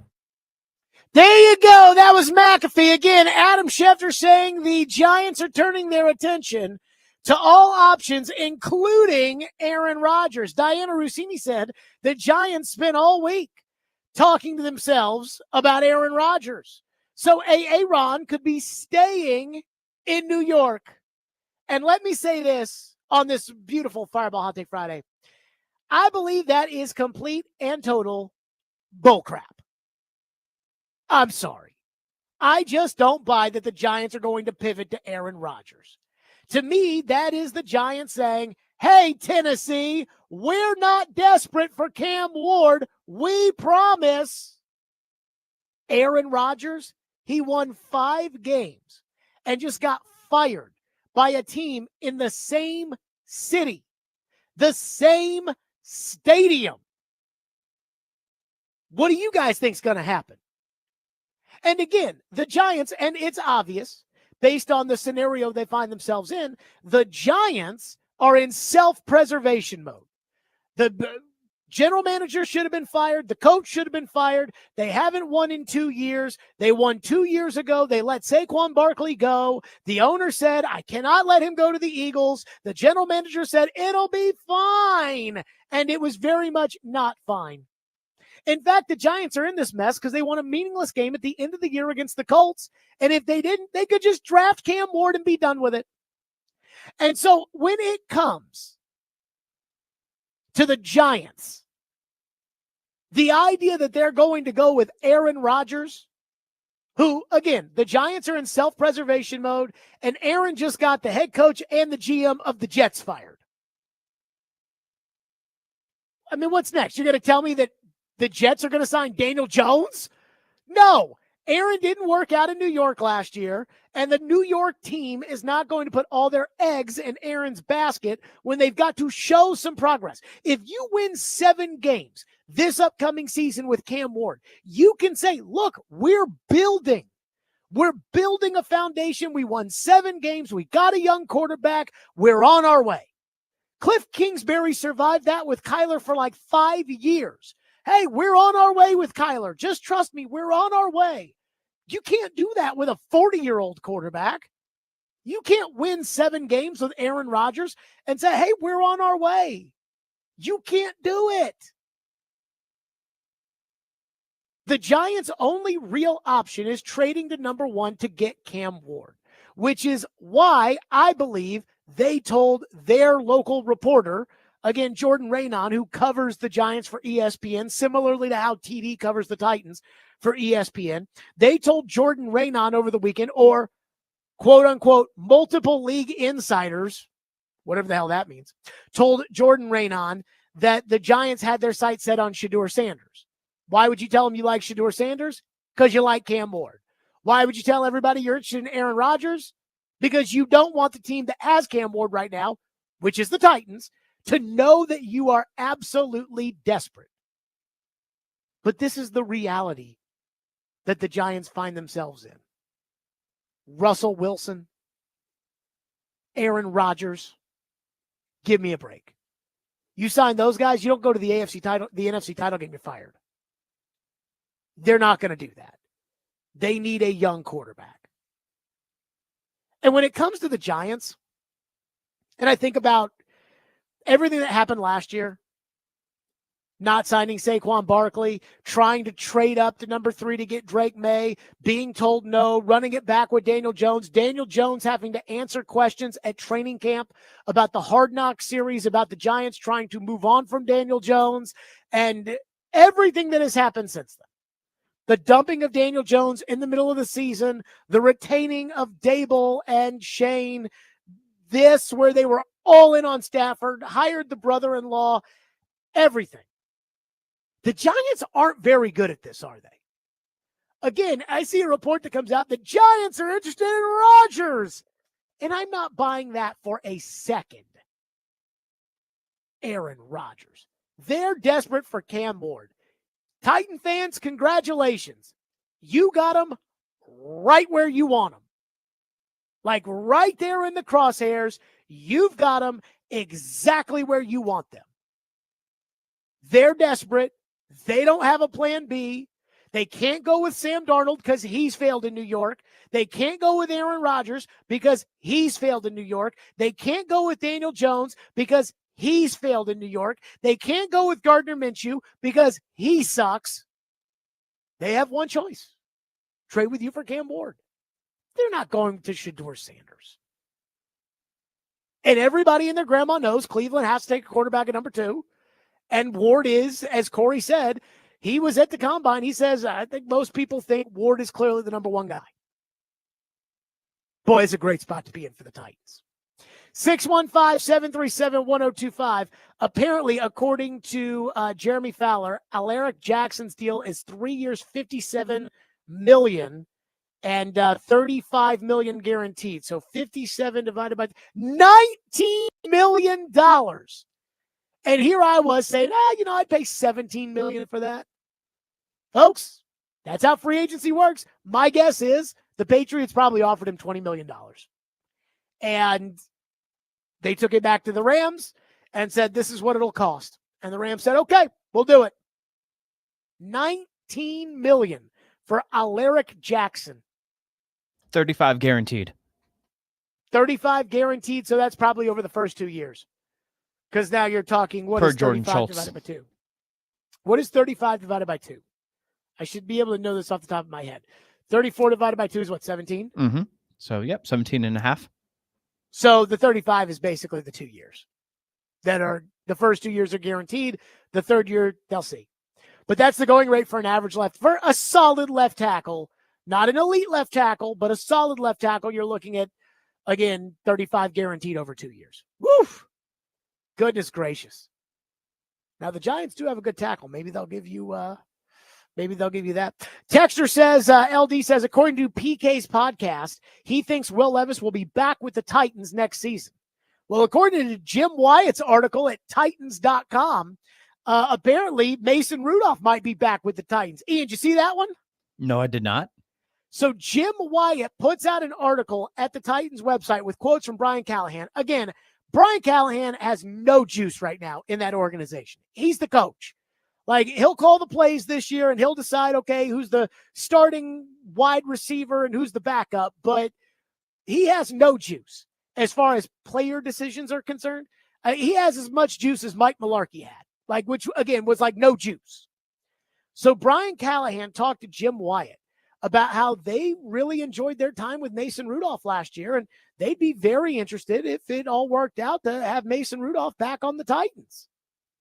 Okay. And I read that, and my reaction was not, again, I think sometimes people, they see the Giants are interested in Aaron Rodgers, and all of a sudden their whole opinion goes to, oh my God, why are they interested in Aaron Rodgers? And not, okay, why are they telling people that they're interested in Aaron Rodgers?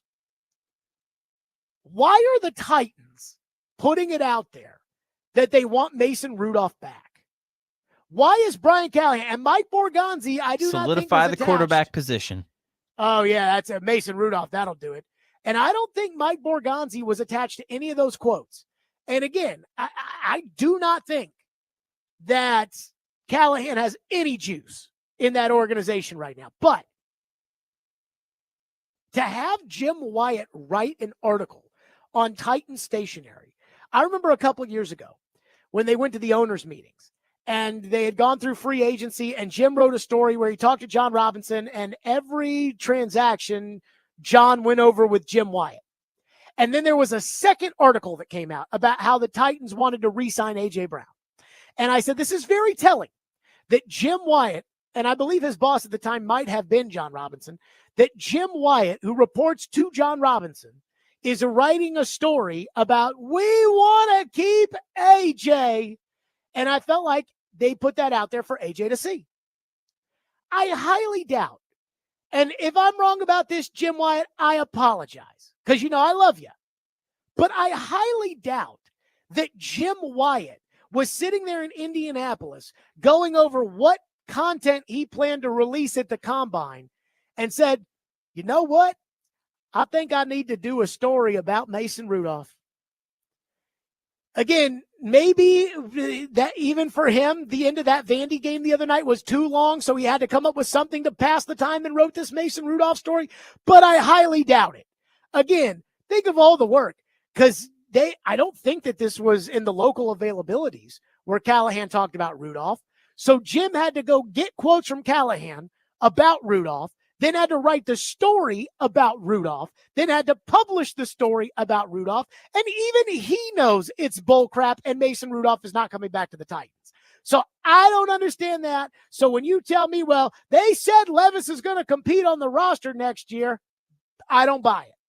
I think they'll trade Levis away the same way Sam Howell got traded, the same way Desmond Ridder got traded, the same way Kenny Pickett got traded, the same way all those guys get traded for really nothing. They'll trade away Levis and they'll move on. And I feel the same way about Rudolph. And again, I need to know the why that the Titans told Jim Wyatt, we need you to write a story about how we wish we could bring back Mason Rudolph. Also, let me just state this for the record. Mason Rudolph sucks. 615-737-1025, Stillman and Company. This is why I can't say anything nice about anybody. We'll get to it next. Stillman and Company, 1025 The Game.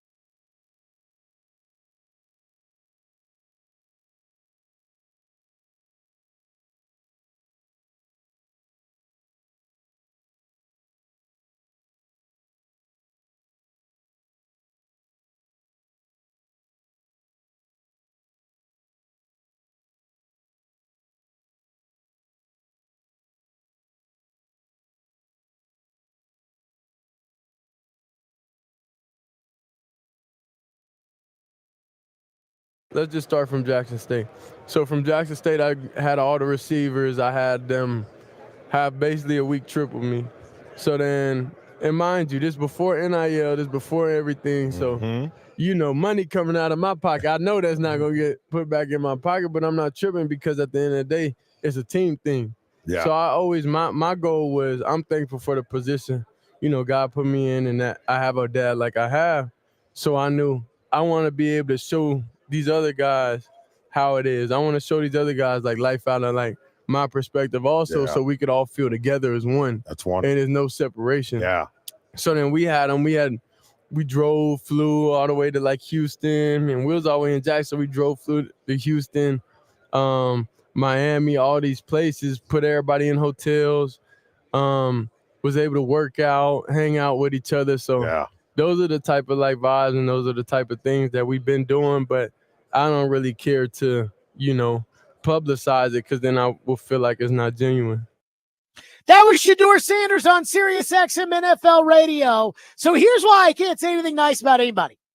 I listened to 5 minutes this morning of Shadur Sanders on Sirius XM with Solomon Wilcots and Charles Davis, and I listened to that for 5 minutes, and I came away impressed. We played some of the cuts. I said I was impressed. And now I've got everybody, whether it's the YouTube chat, the text line, Caroline, Joe, Robbie, Adam Vingan, everybody's like, oh, you love Shadur Sanders now, Jared. Did I say that?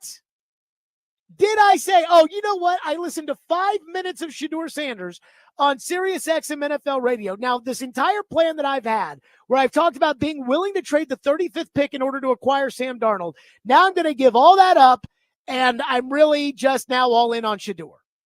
No! I said I was impressed. I was impressed with an interview he did. He sounded genuine. He sounded, again, this is going to sound kind of crazy, but this is football we're talking about. We're talking about whether or not these guys can be good leaders and they can relate to their other teammates and that their teammates will follow them. And he seemed cool and calm and honest and excited about the game. Could it have been totally rehearsed? Sure. Hell, he might have practiced with Solomon and Charles before that. Look, we had Solomon on at the Super Bowl, and I love Solly. But we had Solly on at the Super Bowl, and I started talking about Dion, and Solly got up my ass about it. So I know how he feels. So maybe they practiced. I don't know. All I know is sitting in my car, listening to the interview, I was impressed. Doesn't change what I think of him as a player, but I have off-the-field concerns with him, and that assuaged some of those concerns. But this is why apparently I can't say anything nice about anybody. Because the second I say something nice about somebody, it's you now love, you flip-flop on Shadur Sanders. You now love him. I didn't say that. At the beginning of this week, I loved Abdul Carter. Now, we'll get to him in a second. One text says, let's fast forward. It is NFL draft night, and the Titans brass does not feel comfortable drafting Cam Ward or Shadur Sanders, and Abdul Carter's foot injury is a concern not to pick him. And to make things worse, no one is calling to trade the picks with you. Who would you take?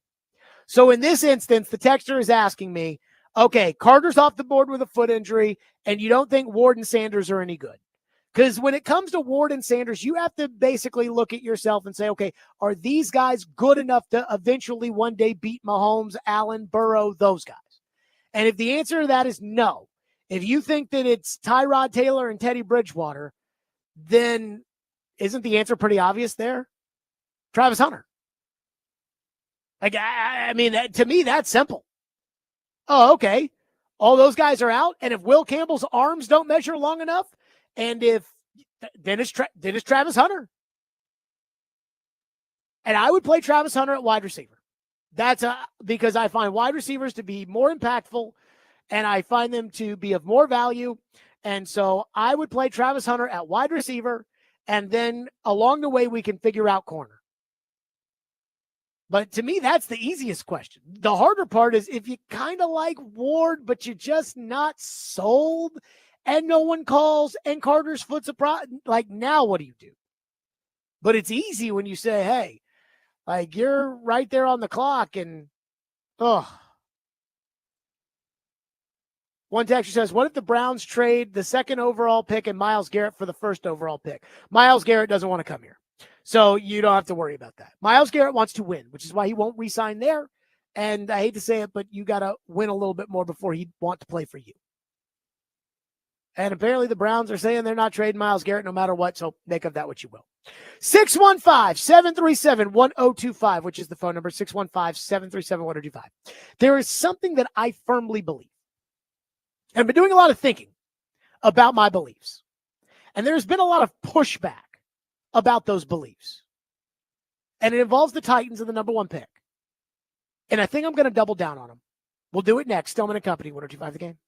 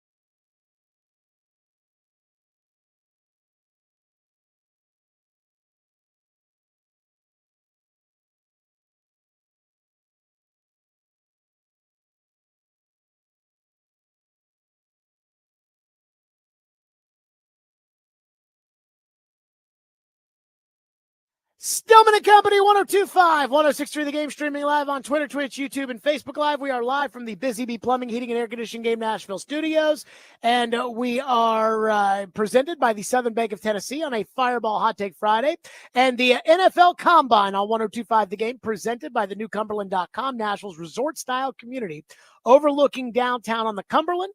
Go to their website at the newcumberland.com, and Boomba's, go try their award-winning pizzas at one of their locations in East Nashville, Spring Hill, and Murfreesboro. Boomba's Pizza and Watch Bar. Eat, drink, watch.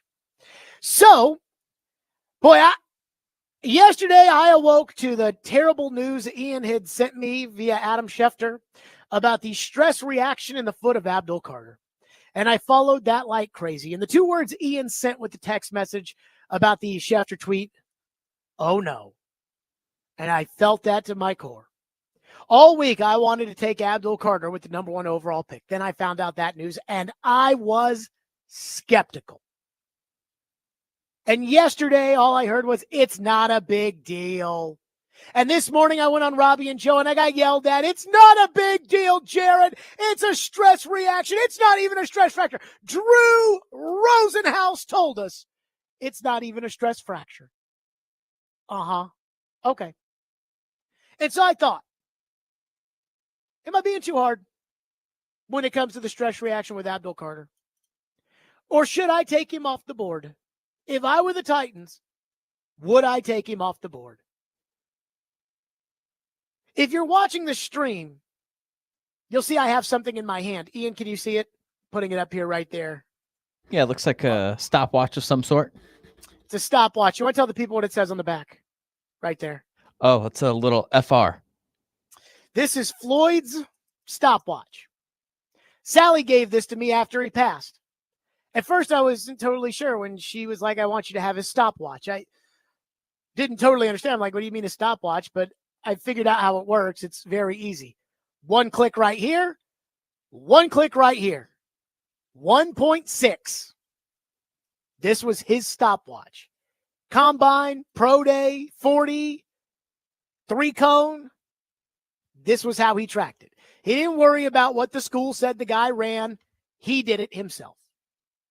And again, that's how I was raised. And the way I was raised was, if Abdul Carter, as of right now there's still a private workout that can be done. There is still a medical recheck that Abdul Carter can have, and there is still his pro day. But if I was general manager of the Tennessee Titans, Abdul Carter, as of right now, would be off the board. I can already hear, oh, it'll be fine, Jared. It might be. But taking an injured player with the first overall pick is just not something that I believe in. It's just not something that I was taught. It's football. Guys are going to get hurt. I get that. But right now, we're talking about making the active choice to draft a guy who is currently hurt versus other guys who are not hurt. And that is not a hard choice for me. We did this show with Floyd every day for 5 years. The amount of things that we've soaked up, the life lessons, the football lessons that we've regurgitated, that people have ignored over the years. Don't you think there might be something to the wisdom? Think of all the things over the last couple of years that have really held true of what Floyd taught all of us. The right tackle story. Don't we think that there's some truth in that one? How about taking a guard in the top 10, forcing yourself into a draft pick because you ignored the position in free agency? Goodbye, Brock Bowers. Defensive linemen being judged on sacks. Oh, Jared, you don't understand. ESPN's net win rate says Jadeveon Clowney is as good as Joey Bosa. Uh-huh. And there's the story I love to tell about taking players you don't believe in. Floyd drafted Eddie George in the first round in 1996. He drafted Bryant Mix, a defensive tackle in the second round in the same draft, 96. He didn't like Bryant Mix. But all the coaches and all the scouts liked him, and he figured there must be something I'm not seeing. So let's take him. He was a bust. And I can go on and on about all these stories about times that, Floyd said this. And every time, oh no, it'll be fine, Jared. And it almost never is. I spent all year arguing about the right tackle position. And you guys kept telling me, Bill Callahan will fix it. And PT, you'll see. Okay. I remember when they took Peter Skoronsky and Rand Carthon said, roll the dice, play the board, roll the dice, play the board. And I'm like, yeah, the old man said, if you take a guard that high, he better go right to the Hall of Fame. And I know there are exceptions to the rules, and we'll get to those exceptions in a little bit.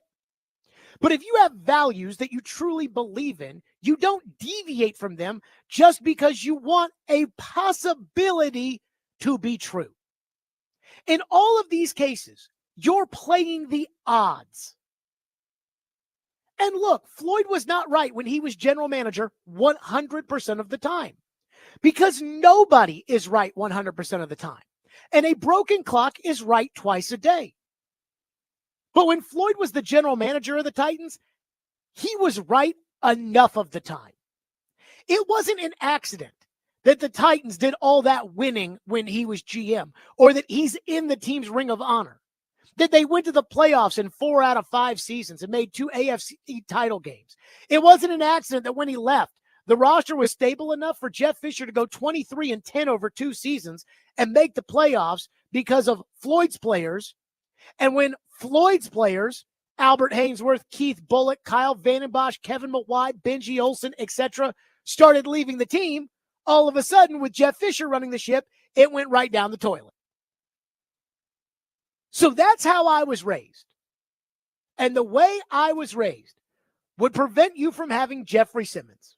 You would not have drafted, if Floyd Reese was the general manager of the Tennessee Titans in 2019, you would not have Jeffrey Simmons. But it also would have kept you away from Julio Jones, L'Jarius Sneed, Corey Davis, and Caleb Farley. And so for everyone that says, well, we took Jeffrey Simmons and look how that worked out, Jared, ask yourself this.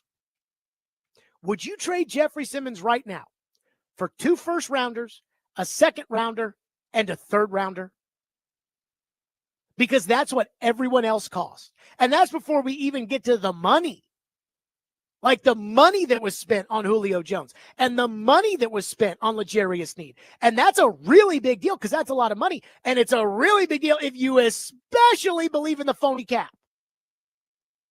But again, I said, I was wrong about this. It wasn't 2 first-rounders, a second-rounder, and a third-rounder. It was 2 first-rounders, a second-rounder, a third-rounder, and a fourth-rounder. Because it was a second and a fourth for Julio Jones. It was the 5th overall pick for Corey Davis. It was a first-round pick on Caleb Farley. It was a third-round pick on L'Jarius Sneed. So while you wouldn't have Jeffrey Simmons, you'd have 2 first-rounders. You'd have a second-rounder, a third-rounder, and a fourth-rounder. Would you trade that for Simmons? So when it comes to Abdul Carter, 2 injuries, a shoulder, a foot, no workout at the combine, a stress reaction, according to his agent. It could be a stress fracture. Again, there is not a binary difference. It could be, oh, no, it's just a reaction. Well, we think it's a fracture. And now we have to wait and see. If Floyd Reese was the general manager of the Tennessee Titans, Abdul Carter would be off the board if he did not work out, period.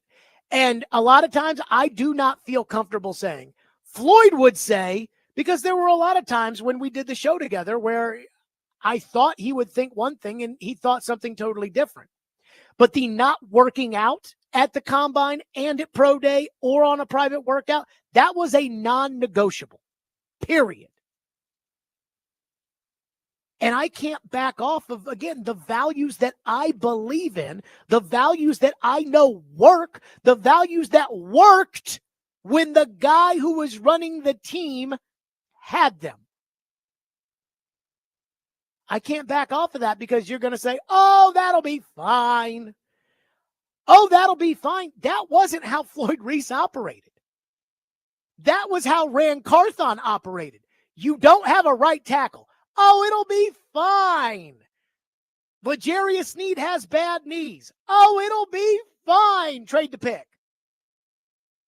J.C. Latham's never played left tackle before. It'll be fine. And look, T'Vondre Sweat, it looks like he's going to be a good run-stuffing DT. He didn't get in trouble his first year. I don't think he got too fat. He played a bunch of snaps. Great. But again, when you just take risks and take risk and take risk and take risk, yeah, you might hit a homer in Jeffrey Simmons. But what about all the other times? What about Corey Davis? What about Caleb Farley? What about Julio Jones? What about L'Jarius Sneed? And so I just don't believe in that. And no matter how much you tell me it'll be fine, that's not going to change my opinion. Just like the entire offseason last year, everybody told me it'd be fine. The coach told me it'd be fine. Everybody told me it'd be fine that they didn't have a right tackle. People told me that I interpreted what Floyd said incorrectly, even though I was the only person there and knew exactly what he meant when he said, we don't have a right tackle.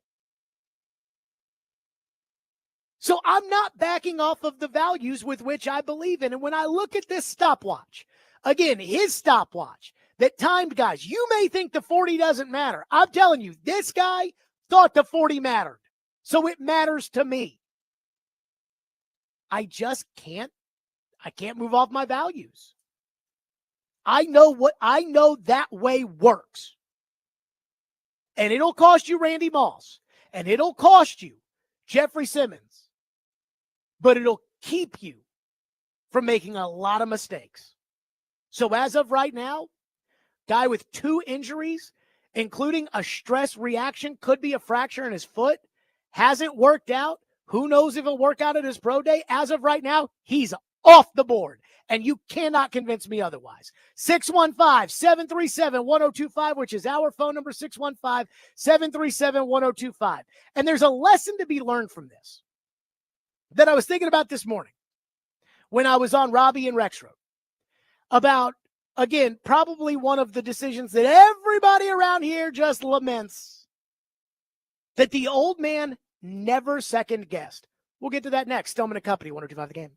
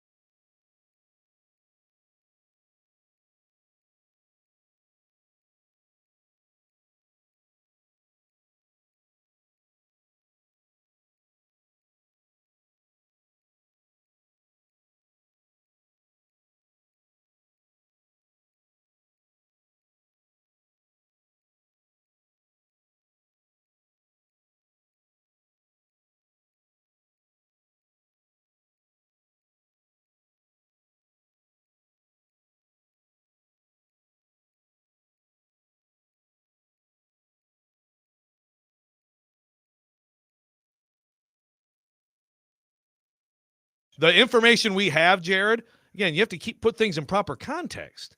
It's a stress reaction. This is not a Jones fracture. It's not a Liz Frank fracture. It's not Who's giving us broken the information we have? metatarsal. Oh, okay. Oh, I see. That's right. The panic meter does rely on conspiracy theories. I forgot about that. I had a former general manager yesterday I was texting with who told me, because I'm like, well, Carter says they say that he's going to do the pro day. And again, that's another thing. Joe's like, I don't think he needs to do the pro day. I am telling you, Joe, there is no gray area on this. If he did not work out at the combine, which he didn't, and if he did not do the pro day or a private workout for Floyd Reese would not draft Abdul Carter. Like, he would not draft him. And he would be fine. If Abdul Carter went on to be a Hall of Famer, he'd be fine with it. They didn't draft Randy Moss he shouldn't be. All the no one should be fine issues. with that. He didn't draft Randy Moss because of all the off-the-field issues that Randy Moss had, which you're really detailing some great decisions here. You got more? That was Joe this morning, and boy, Titan fans, they really lament the decision not to take Randy Moss. And I was thinking about that. And again, the standards. I said, look, if Abdul Carter does not work out, if he does not work out at the combine, which he didn't, if he does not work out at pro day, if he does not do a private workout for the Titans, the old man's not drafting him. Again, I'm not making this up. I wish I had the cut, where he would talk about this, but Ian, you lived through this. He's not drafting Abdul Carter if he doesn't work out. Not first overall, no. He's just not drafting him. He might not draft him. Yeah, I mean, if he doesn't do some of the drills, he will be pushed down the board so much where he'll just be out of range. I mean, I'm telling you right now, he might not draft him in the 4th round if he doesn't do any workouts. Like, that is what we lived through. So I know what the standards are. And I go back to the Randy Moss thing. And again, all Joe knows is Randy Moss had a Hall of Fame career and Kevin Dyson didn't. Bad decision! And maybe I was just too young or too contrarian when we discussed this on the old Jared and the GM program. But Floyd never once regretted the decision to pass on Randy Moss. And I've been talking all week about the core values of which I believe you have to have in order to build a football team. Again, just like the right tackle story, just like the not taking guards in the 1st round. And Randy Moss and the Titans' decision to pass on him, I actually think is a great example of this. As everybody knows, the Titans, I guess at the time, the Oilers, the Tennessee Oilers had the 16th overall pick in the 98 draft, and they chose Kevin Dyson. With the 21st pick, Minnesota took Randy Moss. And again, Floyd never regretted the decision. And you want to know why he never regretted the decision? Because Randy Moss was littered with red flag after red flag. They made a documentary about this. He was sentenced to jail in high school and dropped by Notre Dame. He went to Florida State where he violated his probation and was kicked off the team. He transferred to Marshall and he skipped the combine. The standards of which you had to meet in order to be on Floyd's team were not passed by Randy Moss. And many of you might say, well, that was a horrendous decision. That was terrible. How could you pass on Randy Moss? Again, Randy Moss went with the 21st pick. The Titans aren't the only team that passed on Randy Moss because of the red flags. But again, was it a blunder to pass on Randy Moss? The Titans went to the Super Bowl in 1999. They had the best team in the NFL in 2000. They were in the AFC title game in 2002, and they had the league MVP, and they were in the playoffs in 2003. Minnesota had a good team, too. They got to an NFC title game. I think they got to 2. I think they lost to the Giants in 2000, and they got to the one that Gary Anderson missed the kick in 98. But they never made it to the Super Bowl. And the reason that I understand in hindsight why he never regretted the decision to pass on Randy Moss is because, again, those standards are the same standards that produced this run of first-round picks. Steve McNair, Eddie George, Kenny Holmes, Kevin Dyson, Javon Curse, Keith Bullock, and Albert Hainsworth.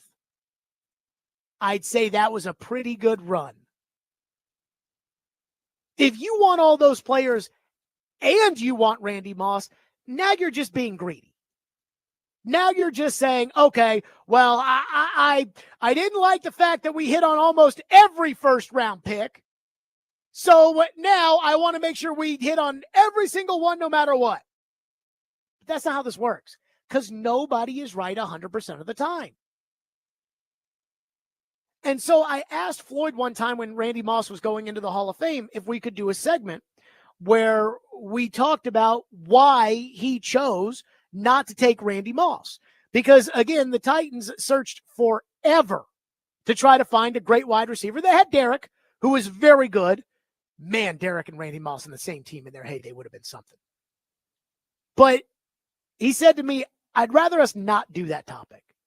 And Floyd really didn't go back and say, oh, no, I don't, let's not do this topic. He very rarely said that. But that was one time that he said, like, hey, let's not necessarily do this. I said, why not? And he said, because he and Randy were friends when Randy was with the Patriots and he was with the Patriots. They were friends. They became friends. He said, but there's a lot of bad stuff Randy did, and I don't want to talk about it. And when you go and look up Randy Moss's Wikipedia page, I thought about copy and pasting it just to tell you about all the red flags that were in there. And then I was like, I'm not going to get up here and read out Randy Moss's rap sheet from when he was 17 years old. Although we did at that one time read out Jack Rabbit Jenkins' rap sheet, and people were laughing. Somebody in the YouTube chat says, Jared needs to move off the Floyd stuff. It was years ago.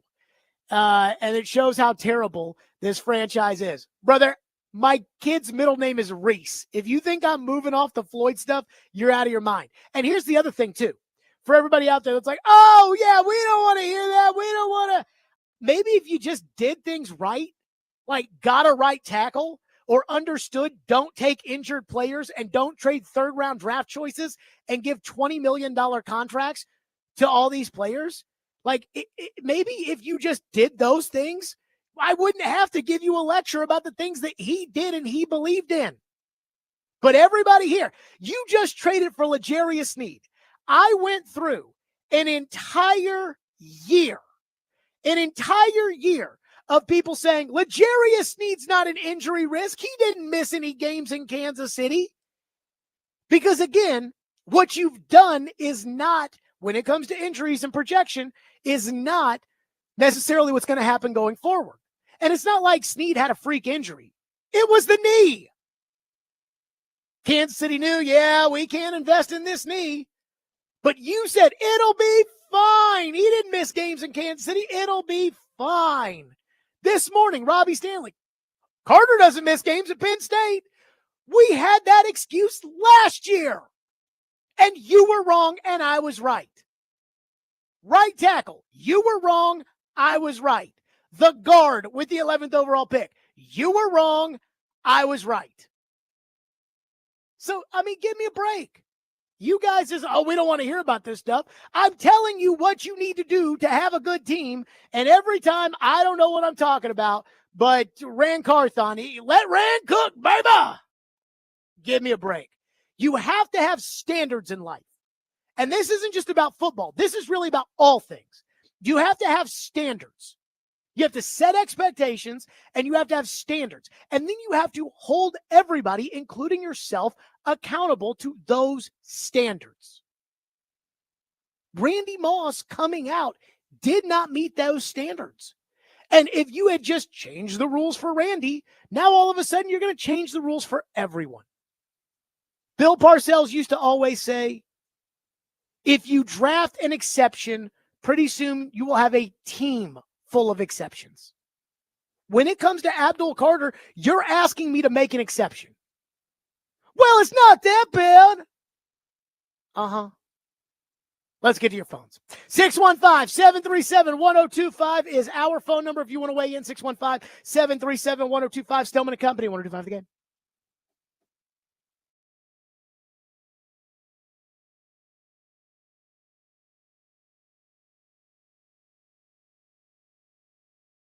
Fireball whiskey, let me tell you, that sets the standard.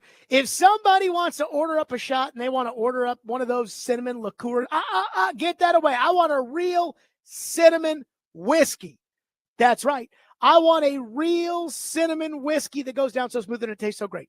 And the way to get there is with ice cold Fireball cinnamon whiskey. I love it. Ignite the night. Please do it responsibly and be 21 years or older to enjoy. That's Fireball cinnamon whiskey.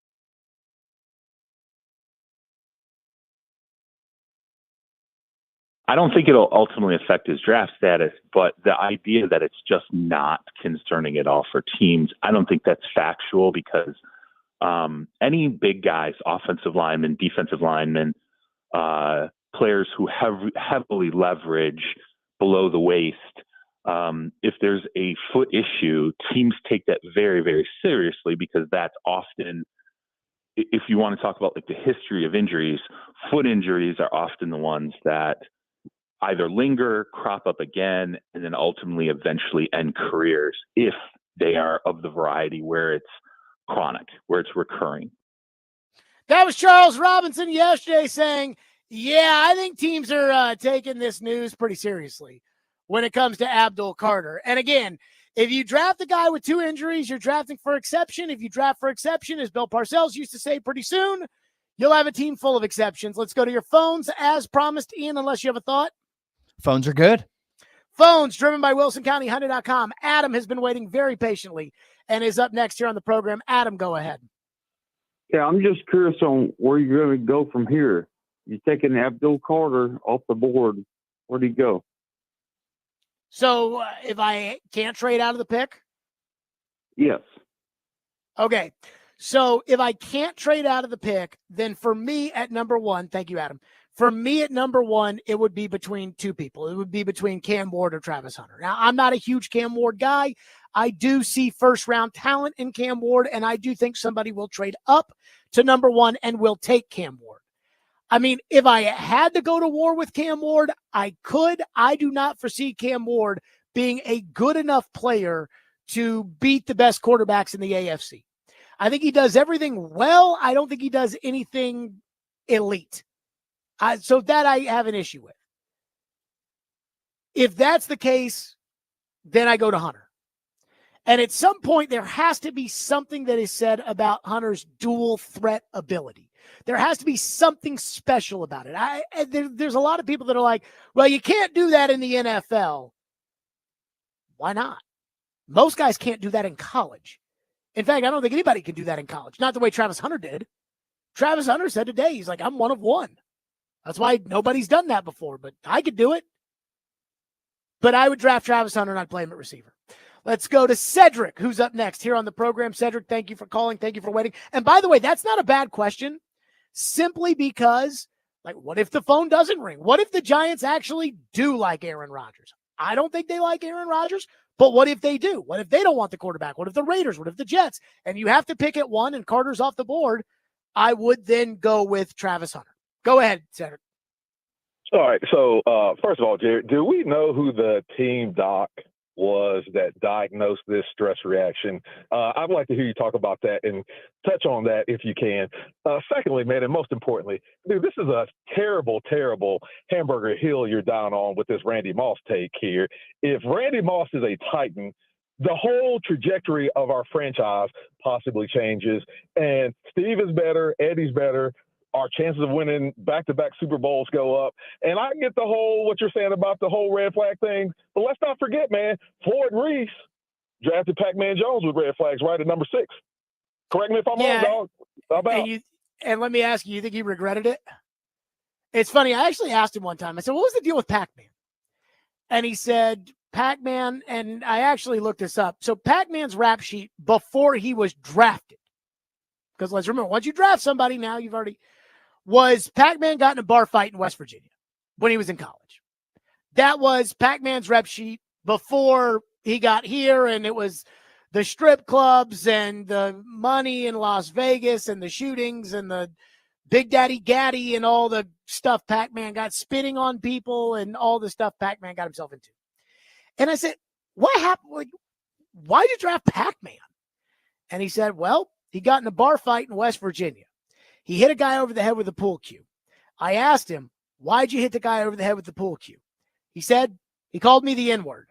Floyd said, well, I think that's probably worthy of getting hit over the head with a pool cue. Again, I don't know. Probably did regret taking Pac-Man, even though he was the one that called Marvin Lewis and said, give Pac-Man another chance. On the front of the doctors that discovered the stress reaction. So here's how this works. The combine medical is like the most extensive medical that any one of these players will ever go through, probably in their entire career. This is a world-class physical done at the hospital in Indianapolis, in which every team doctor is there. So my guess is every team doctor has seen these scans of the foot themselves and has decided if it's a reaction or if it's a fracture. Now, my guess is as well, Abdul Carter will go back, if he wants to, he will go back before the draft for what's called the recheck. They have a medical recheck where if there's something that, hey, you need to get this worked on, you go get it worked on, you come back, they do the same physical again, and they check it. But so the Titans doctors, they're not going to hear the news of what happened to Abdul Carter. They're going to have the actual scans that Abdul Carter's foot went out. In fact, they were probably in the room during the physical on Abdul Carter. So at least I do think there is an informed take there. One thing I really want to kind of get to the bottom of that I really would like to know is when it came to Julio Jones, because I had somebody who was in the league at the time told me that their doctors and their team laughed when the Titans acquired Julio Jones because they knew his hamstring was shredded. But I do wonder, when it comes to Julio Jones, when it comes to Caleb Farley, when it comes to those decisions, L'Jarius Sneed, are the doctors passing these guys, or are the doctors like, guys, it's not looking good, and the GM saying, I don't care? Because everybody's afraid of what happened with Nick Saban and Drew Brees, where Nick Saban wanted to sign Drew Brees in Miami, and the doctor said no, and the owner said, we can't do it if the doctors say no. And Randy Mueller, who was the general manager at the time, has come out and said that's exactly what happened. And I do wonder how many teams now let the football people overrule the medical staff. If I ran the team, the football people would never overrule the medical staff. Now, after a while, if our doctors flunk guys and they go somewhere else and they're good, we might go get new doctors. But I would not let my general manager overrule my doc as far as, how likely the re-injury is or anything like that. The doc has got to be totally independent and has got to totally be, hey, shoot me straight, doc. That's like my own doctor. Like when I go to the doctor, don't tell me what I want to hear. Tell me what's wrong with me or what's right with me. Let's go to Shane, who's up next here on our program. Shane, thank you for calling the show and thank you for waiting. Go ahead. Thanks, Jared. I just wanted to call in, man. The Titans, what are we doing? Are we just a down franchise? We keep drafting injured people, signing free agents that are hurt. I mean, we need a sure thing. I like trading back and trying to get Travis Hunter. What do you think about that? Well, I don't think you're going to trade back and get Travis Hunter. I think if you want Travis Hunter, you have to take Travis Hunter. Oh, so okay. That's your option right there. Now, as far as the taking injured players, thank you for the call, Shane. Let's be very careful. Let's not get mad at the Titans for doing something that they haven't done. I'm not mad at the Titans over Abdul Carter having a stress fracture, stress reaction, whatever you want to call it. I'm not upset at the Titans for Abdul Carter having a stress reaction in his foot. Again, my reaction when I found out the news that Abdul Carter had the stress reaction in his foot was, why? Oh, why, God, why? Why? Not, oh, damn it, Titans. Whereas when L'Jarius Sneed was mysteriously out for the year after what was originally labeled as a helmet to the quad, I thought, damn it, Titans, I told you. You cannot take those knees. But Jared, it was a quad, it was a helmet to the quad. Can't be mad at the Titans for the whole season. By the way, the answer to that's no. It was the knee. But again, I digress. I'm not mad at the Titans. What I'm mad at when it comes to the Carter thing are the amount of people that are like, oh, doesn't matter. I mean, I love TD, and I think TD is very smart, and I love TD with all my heart. But TD's like, I don't even think Carter needs to work out at the pro day. I'm like, excuse you? He's got 2 injuries. He says, oh, no, they'll be fine. Trust me, they'll be fine. Talking about Carter. The foot will be fine. The shoulder will be fine. Show me. Go work out. Go work out and show me that those injuries are fine. I can't just say, oh, well, it'll be fine. Again, think about the injury risks over the last 5 years. Well, no, let's make this, I can't even count the years. Since the modern era of Titans, Corey Davis. Since then, Corey Davis, injury risk, did not run, did not work out at Combine, did not work out at Pro Day.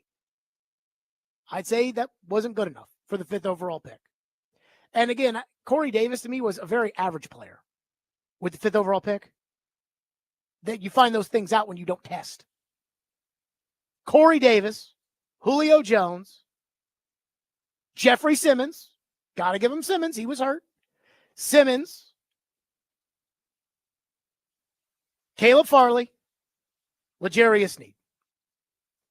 And I'm sure there's some other guys that had some injuries in college that we're not thinking about, like Tajay Spears. And Tajay Spears kind of sucks. But there's some other guys. That's Simmons and maybe Spears if you want to count Spears. Davis was the 5th overall pick. You wasted. Julio was a 2nd and a 4th and $15 million in cash. You wasted. Farley was a 1st-round pick. You wasted. L'Jarius Sneed is $50 million in cash and a 3rd-round pick. You've wasted. Is all that waste worth Simmons and, again, maybe Tajay Spears if you want to count it? And I would say no. And also, Will Levis was an injury risk. And they took him, and he's had injuries. One texter says, stick to your values, brother. I'm with you on that. Says, stick to your values, brother. Respect you. The GM is the GOAT. Microwave mentality has half the fan base dreaming. I will be hot if they draft an injured player, future Hall of Famer or not. Stop with guessing on players that have a consistent standard. That is how you build a winning franchise. Thank you. One texter says, real coaches and GMs know that there are sometimes you have to take a chance on talented players no matter what your standard is. That is how you win championships. The Rams went out and got the most talented players, no matter their rap sheet, and got a championship out of it. Which players on the Rams were like these controversial choices? Cooper Kupp, Aaron Donald, Matthew Stafford. What am I missing there? But those players bought into the culture for the ultimate goal. I mean, look, I'll say this, and this is just a personal preference. And this is why when it comes to firing Andrew Burnett, I have no interest in Joel Quenneville to be the next coach of the Predators. But, to me, there are certain morals that, hey, man, I'd rather lose than win with Ray Lewis. I'd rather lose than win with Tyreek Hill. And that's just me. And that'll be that case. 615-737-1025, Stillman and Company, 1025, 106 through the game.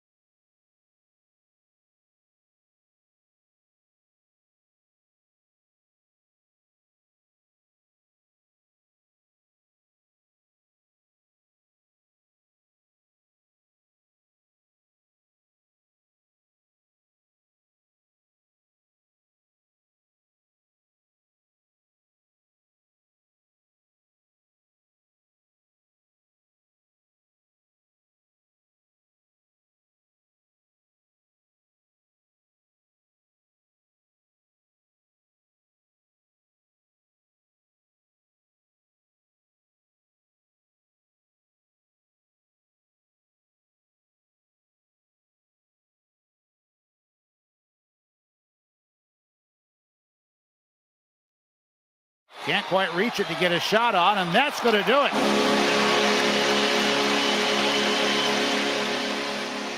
For the second time this year, the Predators knock off the best club in the NHL, the Winnipeg Jets. 2-1 is the final in this one. You know, Pete Weber just said that like it was a good thing that the Predators won. That's a bad thing. There are 3 legit prospects, from what I've been told by Alex Doherty and Robbie yesterday. There are 3 legit prospects that are like number 1 caliber players. And the Predators, as of right now, have the 3rd best odds to pick number 1 in the draft. But because it's the freaking lottery, there is no guarantee. And so you need to lose as much as possible so you can get one of these 3 players. And I'll be damned. They went out there and they beat Winnipeg. And so this is what's going to happen. UC Saros is going to turn into Superman. He's going to play great the rest of the season. They'll win a bunch of games. The Willie Doniks of the world will be happy about it. And they'll say, see? I just got the first pick with the sim lottery. All good. Well, but that is if Saros doesn't steal a bunch of games down the stretch like he's stolen the last 2 he's played. Yeah, Saros getting into a rhythm. I wonder if he was a little too psyched up or nervous about that 4 Nations. I need the Islanders to kick their ass tomorrow. I need the Islanders to just put it up the Predators tomorrow. As of right now, the Predators have a 9.4% chance of the number 1 pick. Don't have to have the number 1 pick, but you have to have one of the top 3. And so when it comes to the Predators winning last night, I'd say that was a bad thing. Chad Withrow joins us next. Stillman and Company, 102.5 The Game.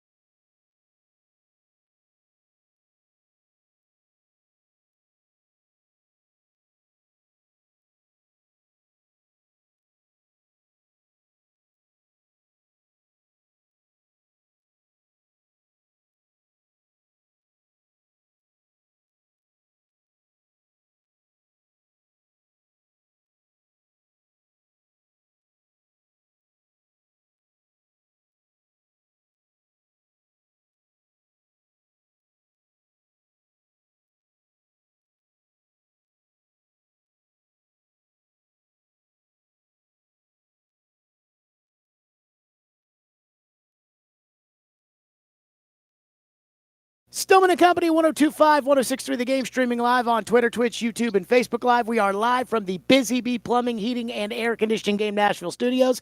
It is a Fireball Hot Take Friday. We are presented by the Southern Bank of Tennessee, and we are joined by Chad Withrow, who is presented by the Southern Bank of Tennessee from Outkick. Chad on his way to Memphis for a little Memphis Grizzlies basketball. So, Chad, I want to start with this. The Abdul Carter foot injury. I am told it is not a big deal, except for the fact that I used to do the show every day with a former general manager who I think was pretty good.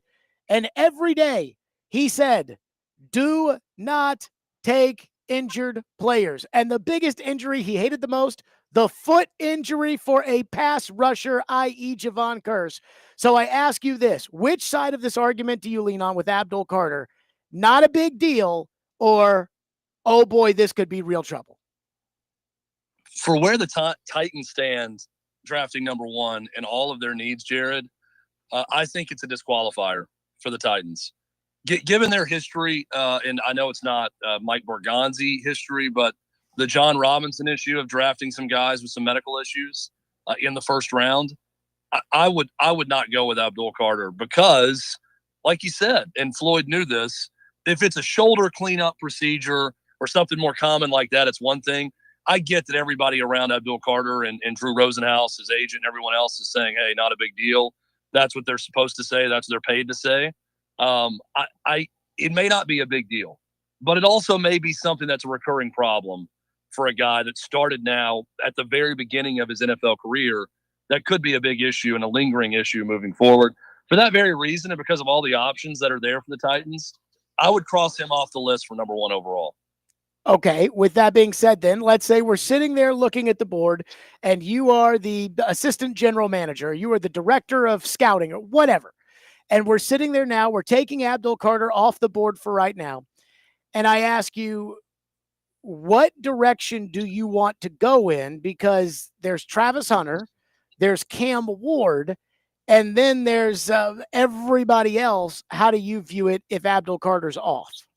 Trade down and, get Tyler Warren later in the first round or get something else and then get a plethora of picks in return and get all those top 100 picks that Mike Borgonzi and others have mentioned that you need to rebuild this thing. Now, if they love Cam Ward, draft Cam Ward. I've been very consistent with this. I like Cam Ward a lot more than Shadur Sanders, but if they're not in love with him, they need to trade down and get the picks because there's just too many positions of need right now for the Titans to go into this and reach on a quarterback that you're not firm about, that you don't go in saying, yeah, this guy is a franchise quarterback.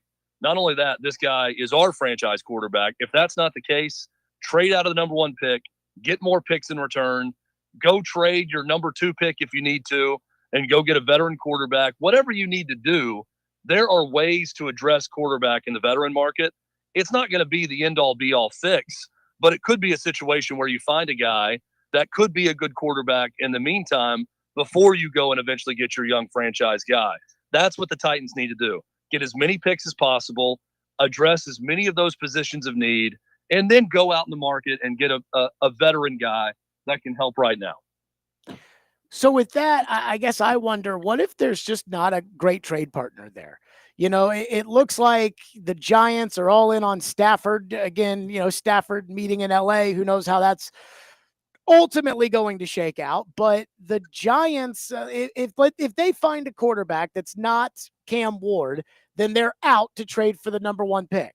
So then maybe the Raiders, maybe the Jets. What if there's not a trade partner there? What if everybody else looks at these quarterbacks and they say, nah, Jets, we'll just stick with Tyrod Taylor. Tyrod Taylor's just as good as these two guys because they're not that good. They don't want to trade up. Raiders say, nah, we'll just go sign Sam Darnold. And so now there's not a great trade partner there. Then what do you do? I just don't buy it. Someone's going to reach. Like, there's someone out there that loves one of these guys. Like, I would think, here's how I would read that, Jared, if they were unable to trade back and they end up drafting a non-quarterback with the first pick. Let's say it's Travis Hunter that the Titans go and draft or whatever. If someone shortly after them drafts one of the quarterbacks, my initial thought is the Titans didn't do a good enough job of selling the fact that they might draft a quarterback and didn't trade back because someone back there, could be the Jets, could be a number of teams that's even further back out of the top 3 to 5 that somebody's going to want a quarterback. I'm not buying there's not a trade partner route. Now look, drafting Travis Hunter, let's say, is not a bad compromise for the Titans. I'm not saying that's a bad move if that's the route they go, but if that happens and then shortly after them or somewhere around pick 5 or 6, those quarterbacks start coming off the board, my thought is the Titans didn't do a good enough job of playing the long con and making sure everyone knows that maybe they could take a quarterback at number 1. I do wonder if Abdul Carter does perform at his pro day. And I talked to a former general manager yesterday who said just because Drew Rosenhaus says he's going to perform at his pro day doesn't mean he's actually going to perform at his pro day. So they'd be very skeptical. I think the former general manager said to me, Drew lies a lot. So I guess we'll keep that in mind. But if he performs at the pro day and performs well at the pro day, would that put him back on your board? Not if there's a foot issue, because he could be fine right now. But if there's seriously something that's keeping him out in the meantime, I'm worried about that for an edge rusher. If there's a recurring foot issue, again, going back to my first answer, if it is a shoulder cleanup or something that's very common, and look, we know how it's much more common for these guys to have cleanup procedures after seasons than we even know about. College guys, pro guys, all of them. It wouldn't concern me as much, but if it's a foot issue, I hear foot issue, I think lingering problem. I start hearing about soft tissue injuries. I think lingering problems that could last a long time, and the Titans are not in a position to draft a guy with any question marks like that physically, given their track record for drafting injured guys in the first round. Again, not a Mike Morganzi issue. That was a John Robinson issue, but it set the franchise back because of some of those decisions. You just can't take a risky pick like that if someone's got any problems that could be recurring. Chad Withrow with us on the program. I think that for people that lived through Javon Curse, this is a different feeling than those who didn't. I'm listening to Joe in the morning and he's talking about this isn't a big deal. Guys suffer these foot injuries all the time. And again, I talked about our experience doing the show with Floyd. And as soon as Adam Schefter tweeted that, Ian texted me and just said, oh no, because we knew how important these little foot injuries were to pass rushers to the old man.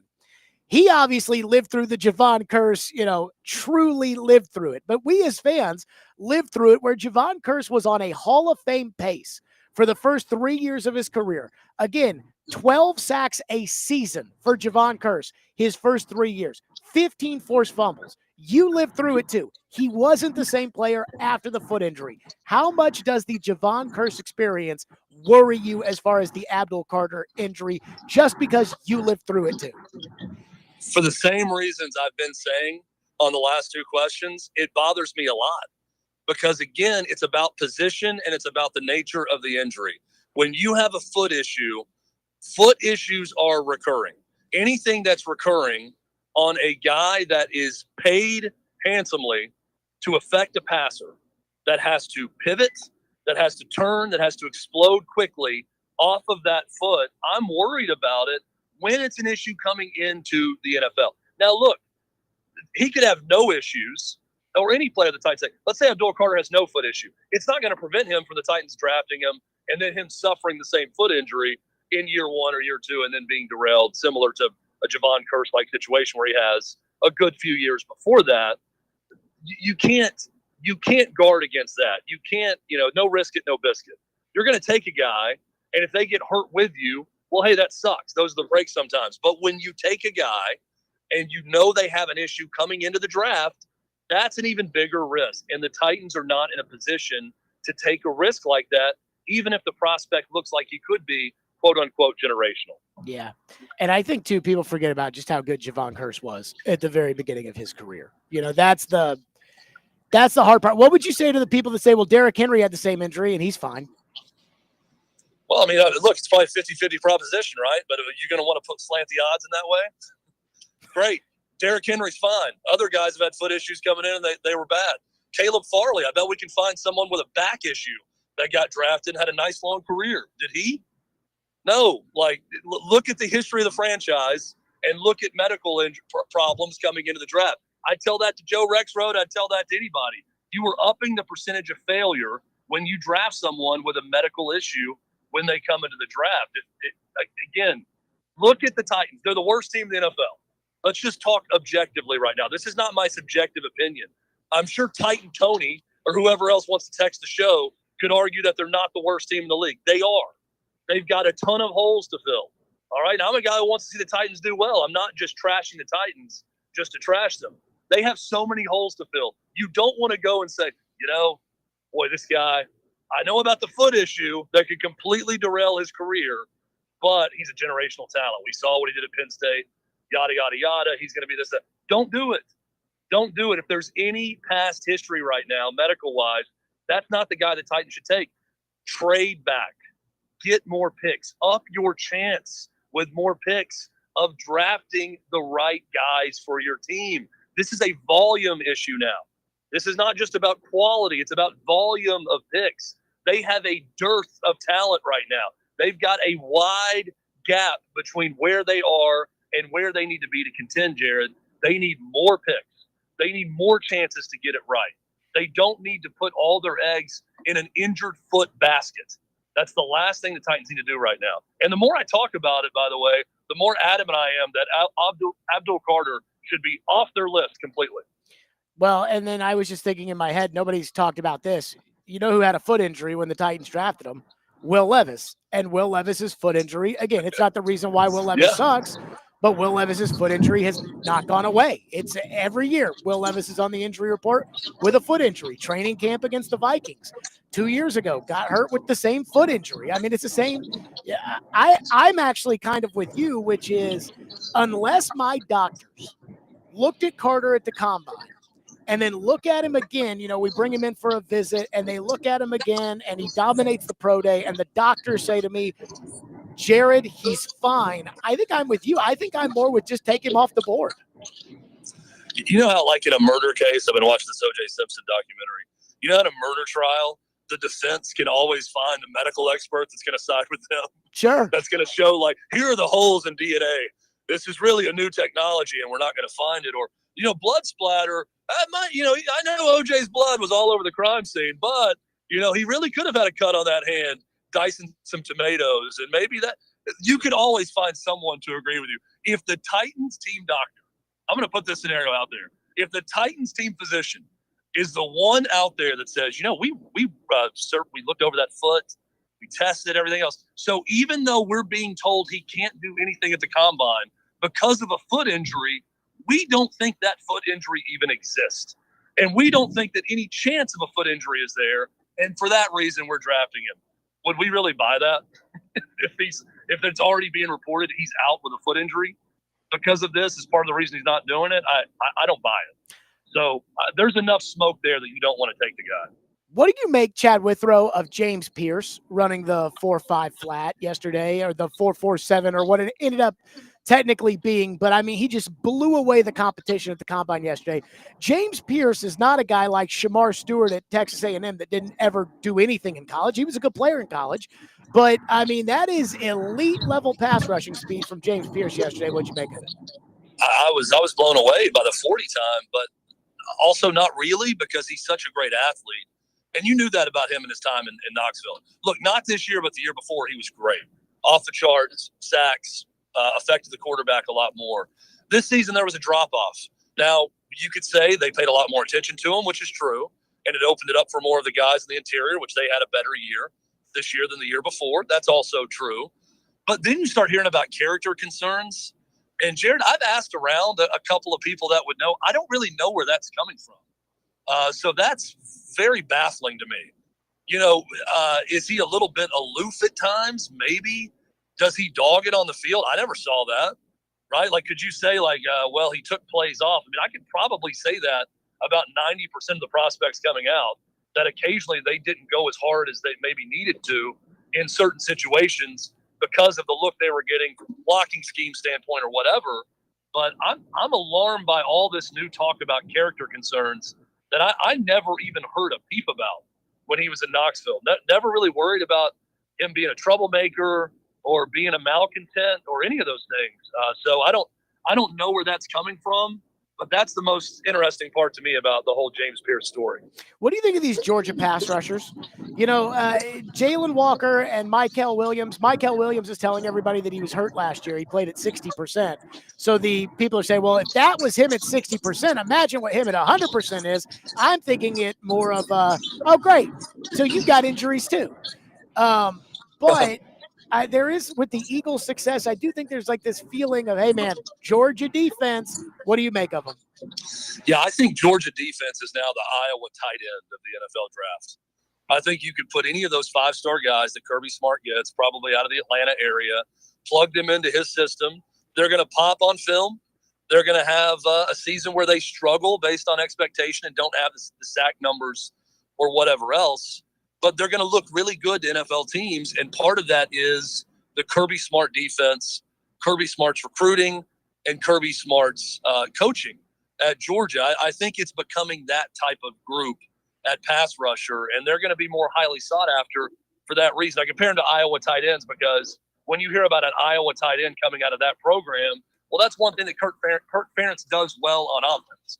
Doesn't do much else well. They kick very well at Iowa, but the tight end coaching and play is top notch for the Hawkeyes, and I think NFL teams know that. I think that's the rep now that Kirby Smart has. Now, he's also gaining a rep for producing guys who are going to get arrested. That's another problem he has. But, yeah, he also has a rep for producing some great pass rushers. Just, hope they don't get pinched for something once they get to your team.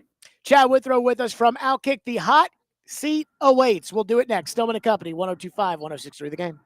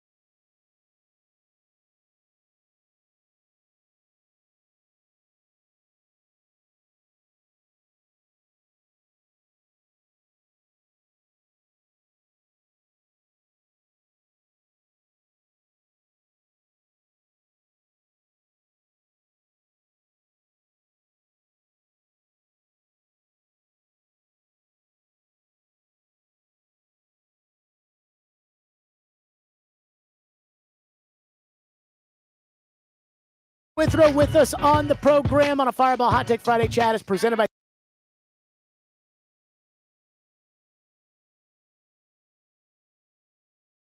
unlike any other. I want to go right to the hot seat. I want no preparation. I want no water breaks, nothing.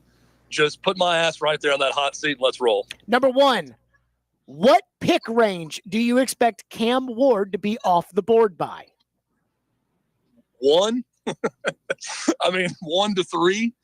I really think that if the Titans don't draft him, they're going to find a trade partner, hopefully, to trade up and get him. I think he's going to be the number 1 pick. I'd be surprised if he gets past 2 because there's enough quarterback-needy teams at the top that it's looking more and more to me like Cam Ward is the guy over Shadur Sanders, and he's going to be in that top 3. Okay, number 2. What pick range do you see Shadur Sanders going? Top 10. I would be shocked if he falls. I don't think we're going to see an Aaron Rodgers situation or a Will Levis situation with Shadur Sanders. Again, because, there are veteran quarterback options for a lot of these teams, Jared. We know that. We've talked about a lot of them with the Titans. But there's not enough of them where all of these teams that desperately need a quarterback are going to be slotted in to getting one of these guys who could positively affect their team. So for that reason, I think one of those teams in the top 10 that needs a quarterback will end up drafting him, or someone else that we're not thinking about right now that's not in the top 10 is going to trade in and get Shadur Sanders. Both those guys will be gone by pick 11. Number 3, where will Aaron Rodgers end up in 2025? I'm going to go with the team that initially was the Vegas favorite to land him and say the Pittsburgh Steelers. I think that is a team with the infrastructure and the leadership that could work the best for Aaron Rodgers. Now, is Aaron Rodgers the type to comply? No. Like, is he going to come in somewhere and be like, "You're right, Sheriff. This is your jurisdiction. I will sit back. I will shut my mouth. I have no thoughts on the offense. I have no thoughts on free agency or players that you want to bring in the draft or anything." I don't know that he can do that, but I do think that Mike Tomlin and Steelers ownership and that locker room of the possibilities are the strongest that could get him to at least bend to their will enough to where it could be a productive relationship with quarterback and organization. Not going to happen anywhere else. I love the idea of Aaron Rodgers, the Titans. I think it's vastly entertaining to think about the possibilities of that guy in this market. I also think he would completely steamroll Brian Callahan and everyone on that team that's not named Jeffrey Simmons into doing exactly what he wants at all times. And it would be a circus for that reason. So I don't think it's the right fit in Nashville. It could be the right fit in Pittsburgh, but I'm not even willing to say that, Jared. I'm not sure that there is the right fit for Aaron Rodgers right now. And that's not to say that he's a terrible quarterback. He's definitely declined, but it's hard to find the fit of team that could be a contender with coach that's strong, with ownership that's good, all of those things lining up. It's hard for me to find that spot. Okay, so we will get to the fracas in Indianapolis here in a second, but the initial report that led to the fracas in Indianapolis was that Tom Brady and Matthew Stafford went skiing together in Montana, Brady with a recruiting pitch as the owner of the Raiders. That was then amended that, oh no, they just happened to be at the same ski resort in Montana together, no recruiting. Which side of that reporting story do you believe? I mean, come on. Is there two sides to this? It's Jordan Schultz reports. I don't think that Matthew Stafford and Tom Brady happened to bump into each other at the same ski resort right next to Tom Brady's Montana home, where Brady probably cross-country skis down from his mountaintop escape to the local bar at the resort and had drinks and talked. I don't think they're talking about how to prepare their elk meat together in Montana.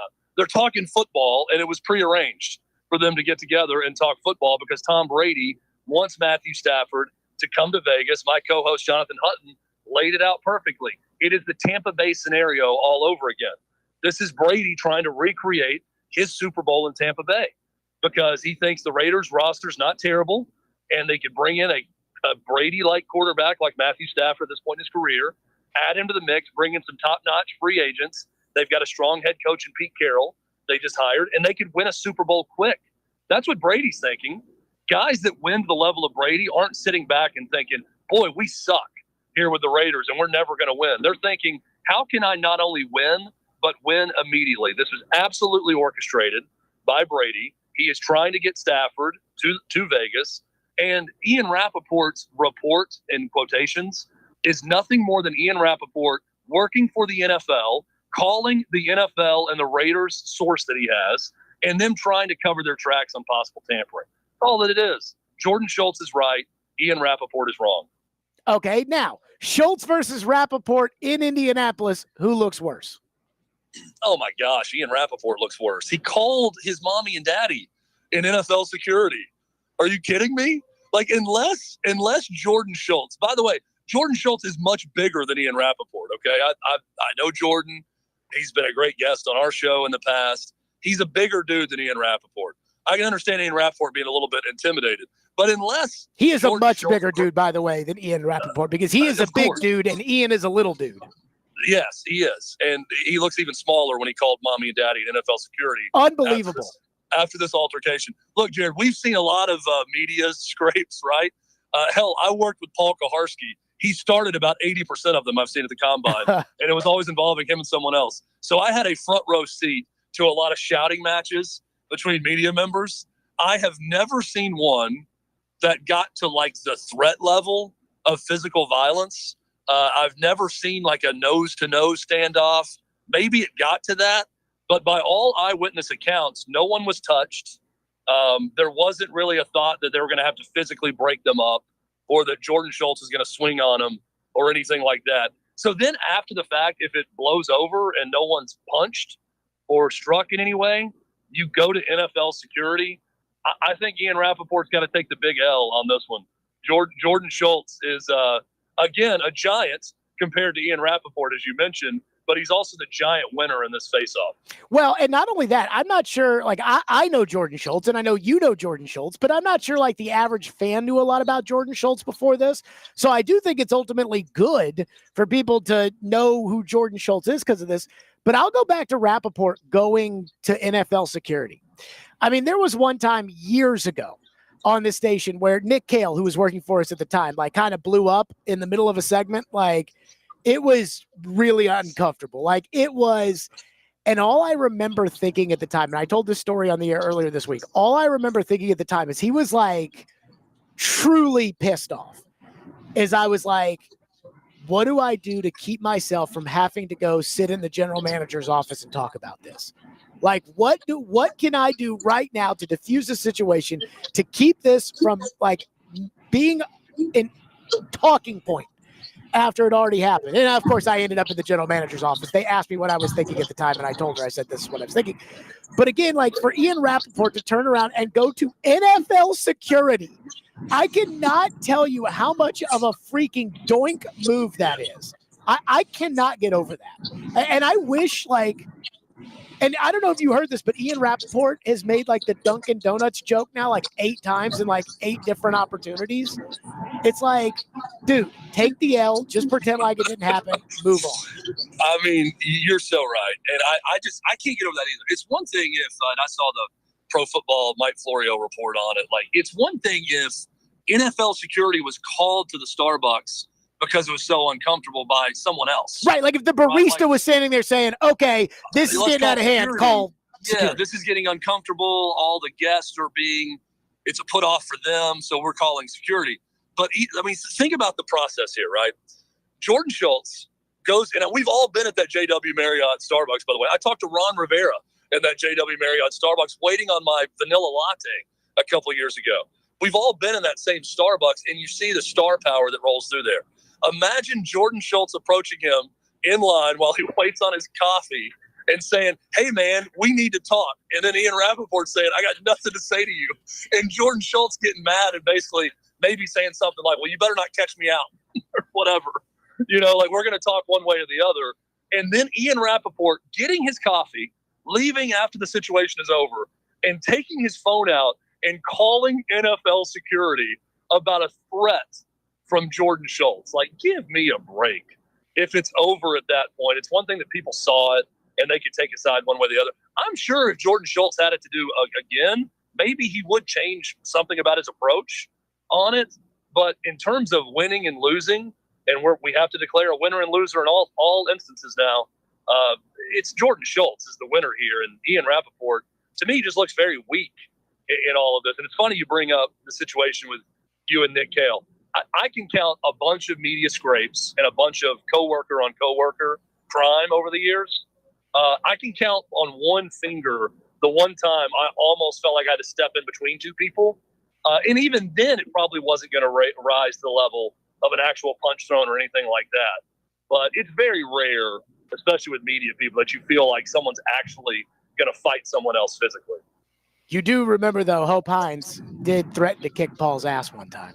Oh, yeah. And I would take Hope Hines. I wasn't there for that, Jared. I think that Hope Hines would have absolutely whipped his ass if Paul would have decided to go outside on that one. That was another. Hey, I'll give you a little inside scoop here on your station. The one time that I had to step in between someone was the kind and friendly Willie Donick with Darren McFarland back in the day. What? I felt like they were going to come to blows at one point. They weren't, because they argued just like any coworker would about something. But I remember being in the old studio and having to stand up and get physically wedged in between them because they were just shouting so close to each other. Now, Willie's not ever going to hit anybody. Well, at least not in that setting. I played men's league basketball with Willie, and I will tell you that he will come to blows if necessary. He's not a man to be messed with on the basketball court. He is a tough competitor, and Willie would tell you that too. But that's the one time I've ever felt like, oh, man, I might actually have to break up a fight here. And even then, looking back, there's no way they were actually going to fight. That is, wow.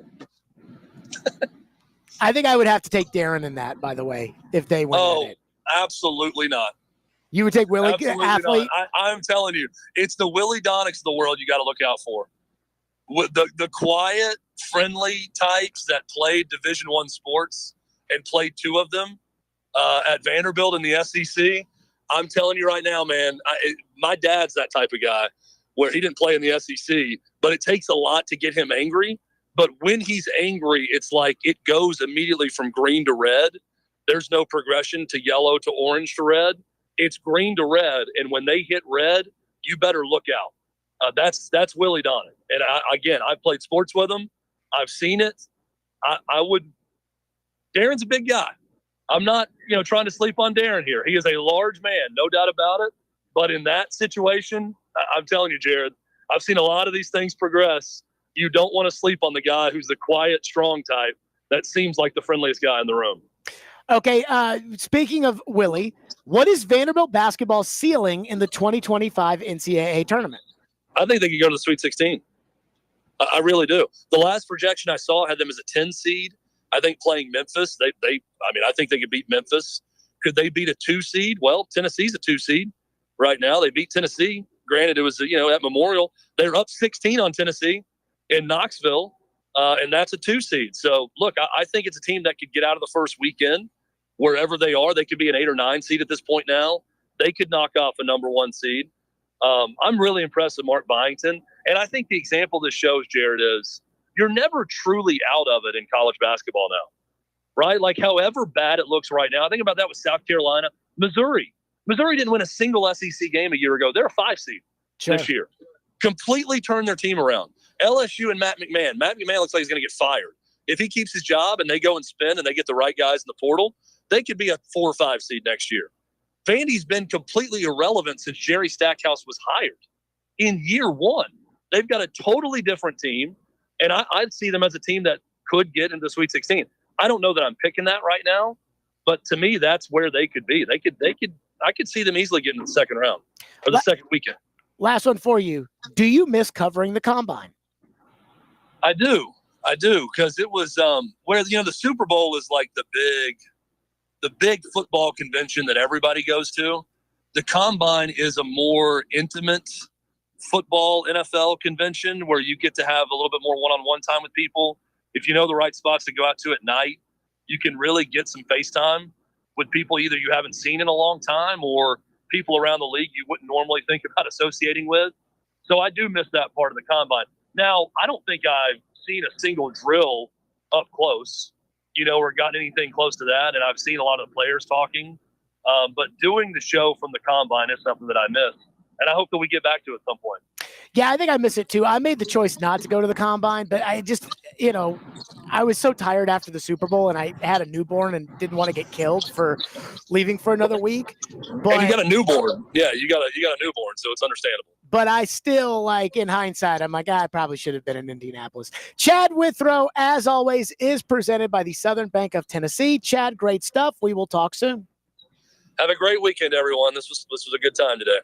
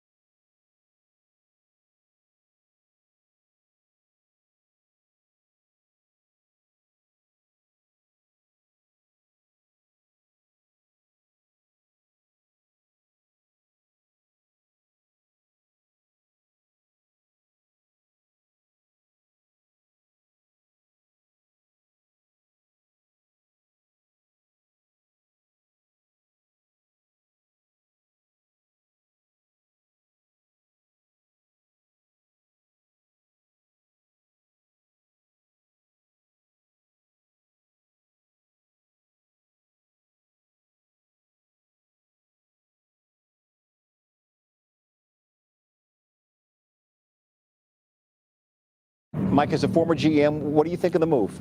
It's an absolute no-brainer. This is an absolute marriage of convenience for both sides. They were 20 yards away from being the Philadelphia Eagles last year. And at 37 years old, if I'm Matthew Stafford and I'm being protected at the 6th best rate in the NFL, Jay, I'm going absolutely nowhere. We're a young, productive team, especially on the defensive side of the ball. Our window to win is right now. And if I'm the Rams, what am I going to do? Look at Aaron Rodgers, who's 4 years older, and even though he played well a year ago, why would we mess with something that's working? So I think this is something that made sense for both sides.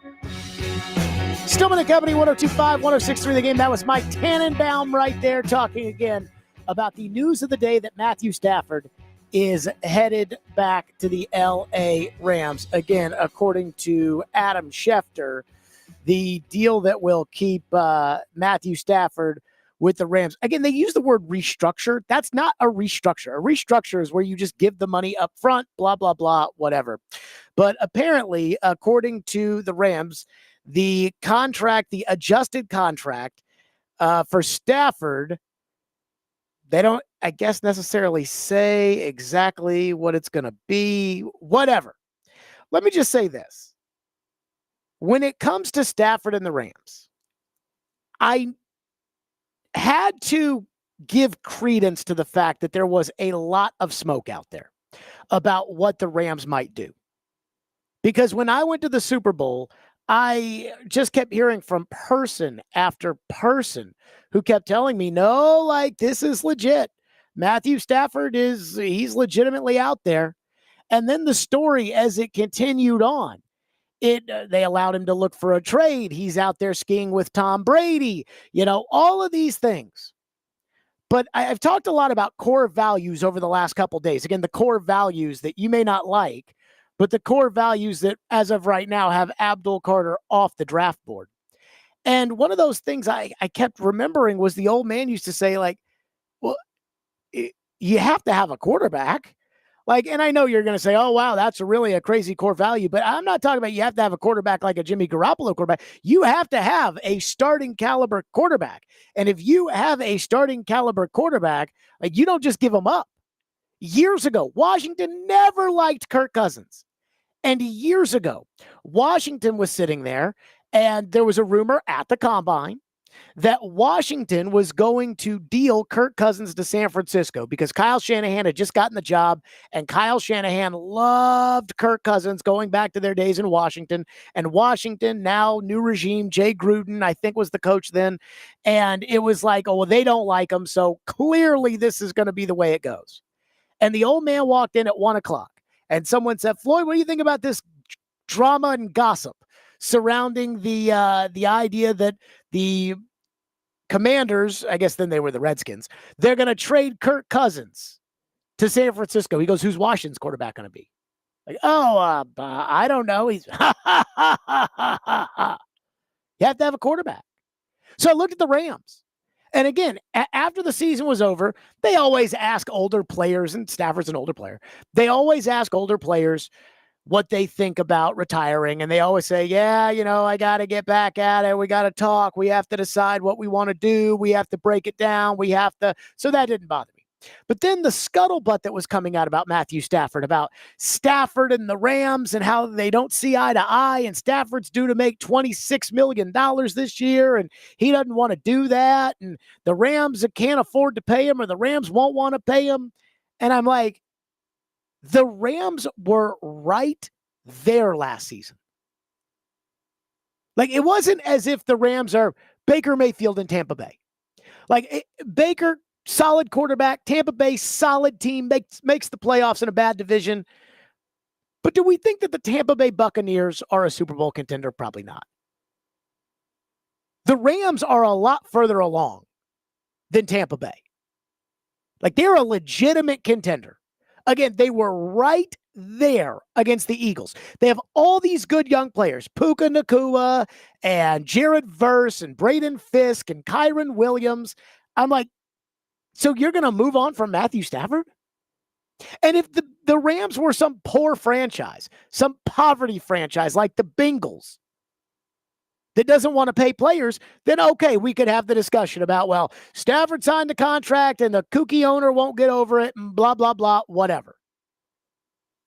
But I have a hard time with that.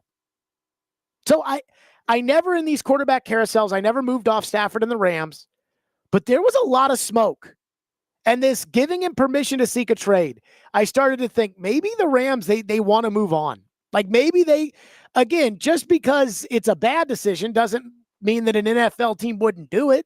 The Raiders moved on from Derek Carr without an option behind door number 2, and it stuck them with Jimmy Garoppolo. And again, I'm not a Carr guy, but if you're going to get rid of Carr, like, you better have somebody. And so today, I'd like to congratulate, again, the guarantees for cha-chinging. But boy, it was a lot closer than we thought.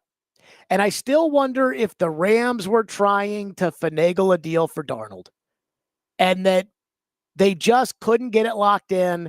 And Stafford called them on their bluff by going out to ski with Tom Brady, which, again, that was not a coincidence. I don't care what Ian Rappaport says. That was not a coincidence.